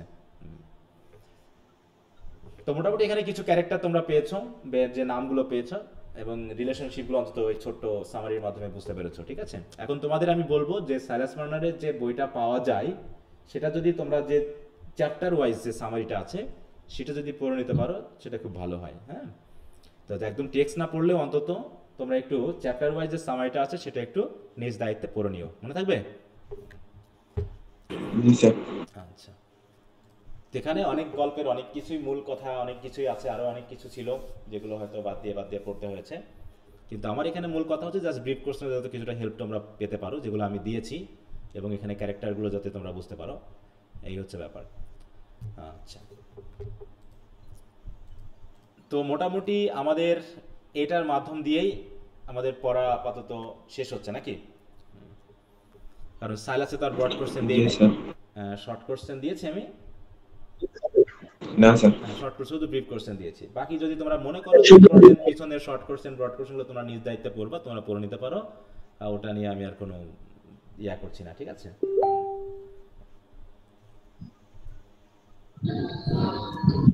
তো এখন বলো যে তোমাদের পড়াশোনার কি অবস্থা। আর হয়তো একদিন আমি ক্লাস নিব, ঠিক আছে, তারপরে আর ক্লাস কি এখন নেওয়া লাগবে? পরীক্ষা কবে বলেছি আমি? 10 তারিখে, তাই না? জি স্যার। তাহলে 10 তারিখে অনেক সময়, এখনো 6 দিন সময় আছে, যেহেতু এখানে আমি একটু সময় দিয়েছি বেশি, কারণ এখানকার যে broad question, letter to Lord James Ford, I have a dream, long walk to freedom, এখান থেকে অন্তত ব্রড কোশ্চেনগুলো তোমরা একটু পড়ে নিও, যাতে ব্যাকআপ হিসাবে আনসারটা করা যায়। তো যদি মনে হয় যে ক্লাসের প্রয়োজন আছে তো নেওয়া যেতে পারে, আর যদি মনে হয় দরকার নেই তাহলে একবারে 10 তারিখে টেস্টটা নিব, ঠিক আছে। তো তোমরা যদি ক্লাসের প্রয়োজন হয় তোমরা মেসেঞ্জারে গ্রুপে আমাকে বলবা যে স্যার একটু ক্লাস নেন, আমি তাহলে ম্যানেজ করব। তাছাড়া আপাতত তোমাদের ক্লাস আপাতত বন্ধ থাকতেছে, ঠিক আছে। তারপরে টেস্টটা নেওয়ার পরে আমি একটা রুটিন দিব, যে রুটিন অনুসারে আমি 80 মার্কের একটা টেস্ট নিব, ঠিক আছে। জি স্যার। হ্যাঁ, এই মুহূর্তে এখন যদি কারো কোনো বিশেষ কথা থাকে একটু বলতে পারো। স্যার আমার একটা কোয়েশ্চেন ছিল। হ্যাঁ বলো, কি কোশ্চেন ছিল? স্যার মানে রিডিং স্কিল থেকে, রিডিং স্কিলে পার্ট বি তে যে ডাব্লিউএইচ কোশ্চেন গুলো থাকে, ওখানে যদি কোনো কোশ্চেন এরকম থাকে যে ডু ইউ দিয়ে স্টার্ট হয়, যে do you think or do you like, তো ওখানে কি মানে আই থিঙ্ক অর মানে আই দিয়ে আনসার করব, নাকি মানে আমার প্রেফারেন্স, আমার অপিনিয়ন্স দিব, নাকি উই দিয়ে আনসার করতে অবশ্যই হবে? তুমি তোমার মতামত দিবা, তাই না? তোমার মতামত চেয়েছে, তাই না? সেখানে তো আর অনেক নেই। যখন তুমি পরীক্ষা দিচ্ছ জি স্যার, একজন, তাই না, তখন তুমি তোমার মতামত দিবা। আমার মতামত দেওয়া মানে মানে আমাদের মতামত মানে কি, আমি অনেককে জড়িয়ে কথা বলছি, তাই না? হ্যাঁ, তবে এটা নিয়ে সমস্যা নেই। সমস্যাটা হচ্ছে তুমি আপ টু দা মার্কে কোশ্চেনটা দিতে আনসার করতে পারছো না, সেটা হলো বড় কথা। এখানে আই উইয়ে খুব একটা ঝামেলা করবে না, তোমার প্যাসেজটার সাথে মিল রেখে তুমি সঠিক উত্তর দিতে পারছো না। স্যার আরেকটা কোশ্চেন স্যার, পার্ট বি তে তো 4 মার্কের কোশ্চেন থাকে, কিন্তু প্যাসেজটা তো মানে ছোটই, আর ওখান থেকে তো অত বড় বড় করে লেখা যাবে না, তো স্যার মানে কতটুকু তারপরও মানে আনসার গুলো করতে হবে যে না। তুমি আগের ক্লাসগুলো কি দেখেছো? পার্ট বি এর ক্লাসগুলো কি দেখছো? না স্যার, ক্লাস সব দেখা হ্যাঁ, তাহলে ওইগুলো দেখে নিও। যেহেতু তুমি কোশ্চেনটা এখানে, তাহলে নিশ্চয়ই তোমার ওখানকার যে 5-7টা ক্লাস নেওয়া আছে তোমার ওগুলো দেখা উচিত, আমি কিভাবে লিখে দিয়েছি। অতএব এখানে তো উত্তর দিয়ে লাভ নাই। আর আমি কখনো লেন্থের কথা কখনোই বলি নাই, বলেছি এ পর্যন্ত যে কতটুকু লিখতে হবে, লেন্থের কথা কখনো বলেছি বলি নাই। প্রশ্ন অনুযায়ী উত্তর, প্রশ্ন অনুযায়ী তোমার উত্তর। আর এখানে তোমার রিডিং স্কিলসে কখনোই বড় উত্তর নিয়ে কেউ ভাবে না, কারণ এখানে তোমাকে একটা প্যাসেজ পড়ে তারপর আনসার করতে হয়। হ্যাঁ, তোমাকে 2-3 পেজ লিখতে হবে, এটা কেউ চায় না, কিন্তু তুমি সঠিকভাবে উত্তরটা দিতে পারছো কিনা আপ টু দা মার্কে, সেটাই সবাই চাই। এখানে লেন্থ কত বড় সেটা মূল কথা না, তুমি দয়া করে ভিডিও ক্লাসগুলো দেখে নিও, কারণ অলরেডি ওখানে অনেক কথা বলা আছে এবং তোমাদের দিয়ে লেখাই নেওয়া আছে এবং সেই উত্তরটা আমি আবার নিজেও লিখে দিয়েছি। অতএব কয়েকটা ক্লাস দেখলে তুমি তোমার ধারণা পেয়ে যাবে। ঠিক আছে, ঠিক আছে স্যার। ক্লাসগুলো একটু দেখে নাও দ্রুত, যেটা নিয়ে প্রশ্ন সেই ক্লাসগুলো দেখে নাও। তারপরে যদি প্রশ্নের উত্তর না পাও তখন তুমি আমাকে বলবা, কিন্তু ক্লাস না দেখে বললে তো উত্তরটা এইভাবে দেওয়া এখন সম্ভব না, কারণ ওটা ক্লাসে আলোচনার বিষয়, তাই না, এবং দেখিয়ে দেওয়ার বিষয়। অতএব তুমি সেখানে উত্তরগুলো পেয়ে যাবা। Okay sir. তো ঠিক আছে, আমরা মোটামুটি যদিও যারা পূর্বে শুরু করেছিল তাদের জন্য আরো প্রায় কত মাস, আমরা প্রায় বলতে পারি আমরা প্রায় 12-13 মাস পেয়েছি সময়, তাই না, ব্যাপারটা এরকম। জি স্যার। হ্যাঁ, 12-13 মাস সময়, যেটা 9th মান্থ যেটা, সেটা হচ্ছে সেকেন্ড ব্যাচের সাথে লিংক লাগাই আমরা করেছিলাম। তো আশা করি আমি আমার মতো চেষ্টা করেছি সব কিছু গুছিয়ে দেওয়ার জন্য। যারা পরে যুক্ত হয়েছো প্রিপারেশন ব্যাচে, তারাও অনেকে রেগুলার ক্লাস করনি, কিন্তু আমার মনে হয়েছিল বা মনে হচ্ছে এখনও, তারা যদি নিয়মিত ক্লাস করতা বা পড়তা তাহলে হয়তো একটা ভালো প্রিপারেশন হয়ে যেতে পারতো, কিন্তু অনেকেই বিষয়গুলো তোমরা ঠিকমতো রেগুলার করনি। তবে অনেকেই আছো, আমি মনে করি যে তার একটা ভালো রেজাল্ট করবা। এখন সময়টা হচ্ছে খুবই জটিল, এই মুহূর্তে নিজের যে একটা মানে কি বলবো একাগ্রতা, সেটাকে টিকে রাখাটাই এখন জটিল বিষয়, কারণ এখন তোমাদের রুটিন দেওয়া হলো না, তাই না, এবং পরীক্ষা হয়তো বা কবে হবে এটা নিয়ে একটা অনিশ্চয়তা চলছে। তবে হয়তো আর 1-1.5 মাস সময় হয়তো বা পেতে পারো, দেখা যাক এর ভিতরে। জি স্যার, একদম পূজার ছুটির পর। হ্যাঁ, রুটিন, কারণ যেহেতু আবার নতুন ফর্ম ফিলআপের ডেট বাড়ায় দিছে, মানে 28-22 তারিখ পর্যন্ত। মানে আমরাও ঠিক অনিশ্চিত, বলো না, জাতীয় বিশ্ববিদ্যালয় নিয়ে ভবিষ্যৎবাণী করা খুব কঠিন বা সঠিক করে বলাটা কঠিন, এই জন্য আমরা নিজেরাই মানে জানি না কি অবস্থা আসলে। তবে পড়তে থাকো নিয়মিত। আমি এই জন্য তোমাদের ছাড়তে চাইনি, ক্লাস বাদ দিয়ে হোক এটা ওটা করে হোক, আমি চেষ্টা করেছি টেনে টুনে এতদিন নিয়ে আসার জন্য, কিন্তু আর তো টেনে নিয়ে যাচ্ছে না, তাই না, কারণ সে আগস্টে শেষ হয়ে যাওয়ার কথা আমাদের, আগস্ট কেন জুলাইয়ে শেষ হয়ে যাওয়ার কথা নাকি, আগস্টে তো আমরা শেষ করেছিলাম, আগস্টের 1 তারিখ 2 তারিখ মতো এনেছিলাম, সেইখানে টানতে টানতে আমরা সেপ্টেম্বরের আজকে 4 তারিখ মানে 10 তারিখে চলে আসলাম, তার মানে আরও প্রায় 2 মাস তোমরা আরও বাড়তি সময় পেয়েছো। তো এই মুহূর্তে সময়গুলো নষ্ট না করে যদি একটু একাগ্রভাবে পড়াশোনা করা যেত বা যাই, তাহলে হয়তো একটা ভালো রেজাল্ট রাখা যায়, কারণ সময়টা বড় বিষয় না, তুমি যদি একটা ভালো রেজাল্ট করতে পারো এই সময় তোমার কাছে কিছু মনে হবে না, আর যদি খারাপ রেজাল্ট হয় তোমার মনে হবে অনেক সময় নষ্ট হয়েছে। আর যখন এখানে ভর্তি হয়ে গেছো তোমাদের কাজ হচ্ছে নিয়মিত ক্লাস করা এবং নিয়মিত পড়াশোনাটা করা, এবং আমি চেষ্টা করেছি আমার মতো করে সময় দিতে। এর ভিতরেও যদি কোনো দুর্বলতা আমার থেকে থাকে আমি তোমাদের পরামর্শ দিব, দয়া করে তোমরা আমাকে অবশ্যই একটু বলবা যে স্যার এরকম করা যেত বা এরকম করলে ভালো হতো, হ্যাঁ, সেটাকে আমি পরবর্তী ব্যাচের জন্য কাজে লাগাবো। তবে তোমাদের মধ্যে যে একাগ্রতা পেয়েছি, বর্তমান যে ব্যাচটা আছে এটার ভিতরে আমি ততটা পাচ্ছি না, মানে দিন দিন পিছনের দিকে যাচ্ছে কেমন জানি স্টুডেন্টদের পড়াশোনার আগ্রহটা। হ্যাঁ, এখন যেটা ব্যাচটা চলছে ফার্স্ট ইয়ারে, এবার যারা নতুন, হ্যাঁ, এদের আছে 70-80 জন আছে, ক্লাস করে হয়তো দেখা যায় 20 জন 22 জন। হ্যাঁ, তোমরা এত কম ছিল না, তার আগের ব্যাচ যারা ছিল তারাও বেশ কি 50 জন থাকলে 30-35 জন ক্লাস করতো, আর তার আগে ছিল হচ্ছে যারা, তারা দেখা যাচ্ছে ওরকম 50-60 জন থাকলেও প্রায় 40-50 জন ক্লাস, মানে আস্তে আস্তে ক্লাসের উপস্থিতিটা কেমন জানি কমতেছে। হ্যাঁ, এই জন্য আমার আগ্রহটা এই অনলাইন ইয়ার প্রতি অনেকটা কমে গেছে, বুঝতে পারছো, লাইভ ক্লাসের প্রতি আমার মোটামুটি মনে হচ্ছে যেন তোমাদের অপরাধে হেল্প করা হচ্ছে। হ্যাঁ, লাইভ ক্লাসের নামে তোমরা টাকা দিয়ে যুক্ত হচ্ছ কিন্তু ক্লাস করতেছো না, এটাও আমার কাছে নেগেটিভ মনে হচ্ছে। বুঝতে পারছো স্যার? হ্যাঁ বলো। স্যার আমি একটু কথা বলতে চাই, আপনি যদি একটু সময় দিতেন। হ্যাঁ বলো, সমস্যা নেই, হ্যাঁ বলো। স্যার আমি এটা নিয়ে স্যার আর কি শারীরিকভাবে খুবই অসুস্থ, আর এটা নিয়ে স্যার ভুগতেছি অনেকটা, যার স্যার আমি অনেকটাই পিছিয়ে পড়ছি, আর এটা নিয়ে স্যার খুব ডিপ্রেশনে আছি, মানে পড়াশোনাটা আগে যেরকম স্যার সিরিয়াস ভাবে নিতে পারতাম বা আমি দেখছি তোমাকে ইদানিং তুমি কথাও কম বলতেছো বা অ্যাক্টিভিটিও কম, ক্লাসে উপস্থিতিও কম তোমার।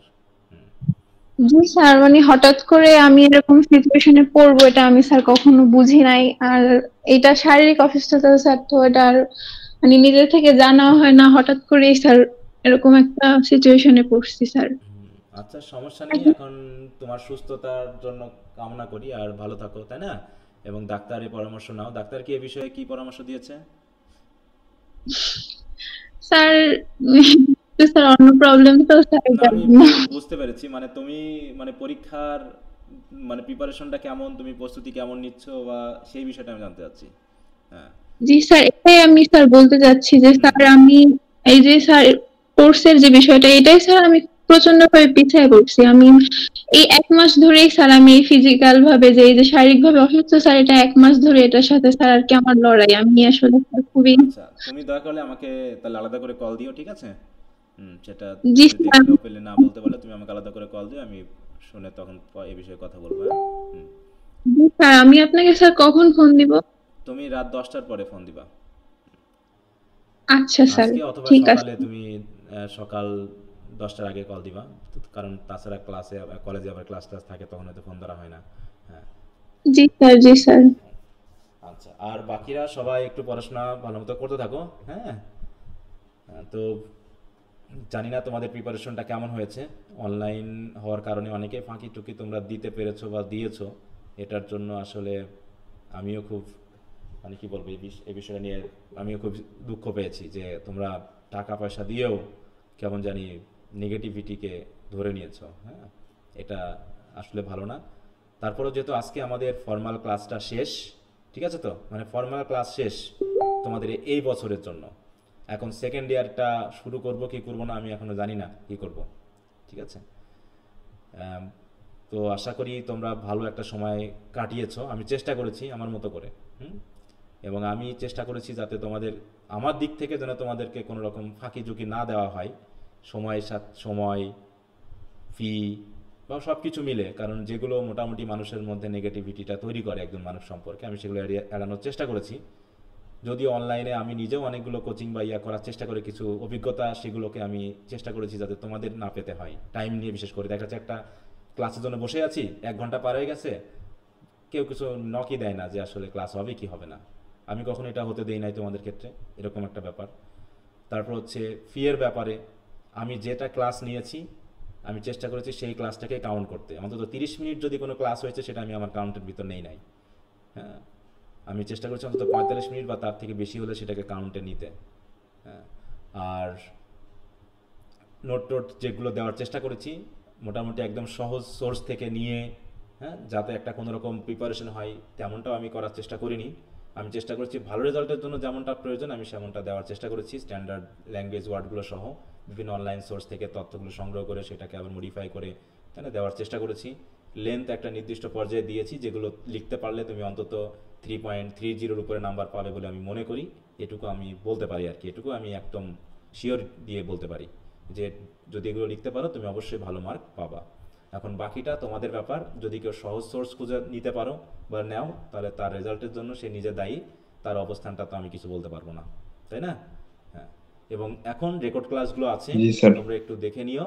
আর যদি কারো কোনো সমস্যা হয় সেটা নিয়ে তো আমরা কথা বলবোই, দরকার হলে আমাকে রাত 10টার পরে অবশ্যই কল দিবা, অথবা যদি সকালে হয় তাহলে সকাল 9টা বা 10টার আগে কল দিবা, আর যদি বিকালে হয় তাহলে বিকাল মানে সন্ধ্যা 7টার আগে তোমরা আমাকে কল দিবা, ঠিক আছে? তো সন্ধ্যা 7টার আগে, কারণ সন্ধ্যা 7টা থেকে আবার ক্লাস শুরু হলে একদম 10টা পর্যন্ত চলে, সেটা তো তোমরা জানো। এই সময় ফোন ধরা, মেসেজে উত্তর দেওয়া সম্ভব না, আর সবার উত্তর হয়তো সবসময় দেওয়া সম্ভব হয় না, তারপর আমি দেওয়ার চেষ্টা করি। যদি কোনোভাবে মিস হয়ে যায় মেসেজের উত্তর দিতে, তোমরা অবশ্যই আবার মেসেজ দিবা বা কল দিবা, ঠিক আছে? মনে করার দরকার নেই যে স্যার আমাকে এড়িয়ে যাচ্ছে বা ইয়ে করতেছে না। আর যদি ফিয়ের ব্যাপারে, টাকা পয়সার ব্যাপারে কেউ যদি আমার উপরে নাখোশ হয়ে থাকো, তাহলে আমি বলবো দয়া করে তুমি তোমার নাখোশের ব্যাপারটা আমাকে ওপেনলি জানাবা। আমি এই বিষয়টাতে খুবই ভয় পাই, কারণ টাকা পয়সা জিনিসটা খুবই খারাপ একটা জিনিস, এটা নিয়ে মানুষের মধ্যে সম্পর্ক নষ্ট হোক তা আমি চাই না।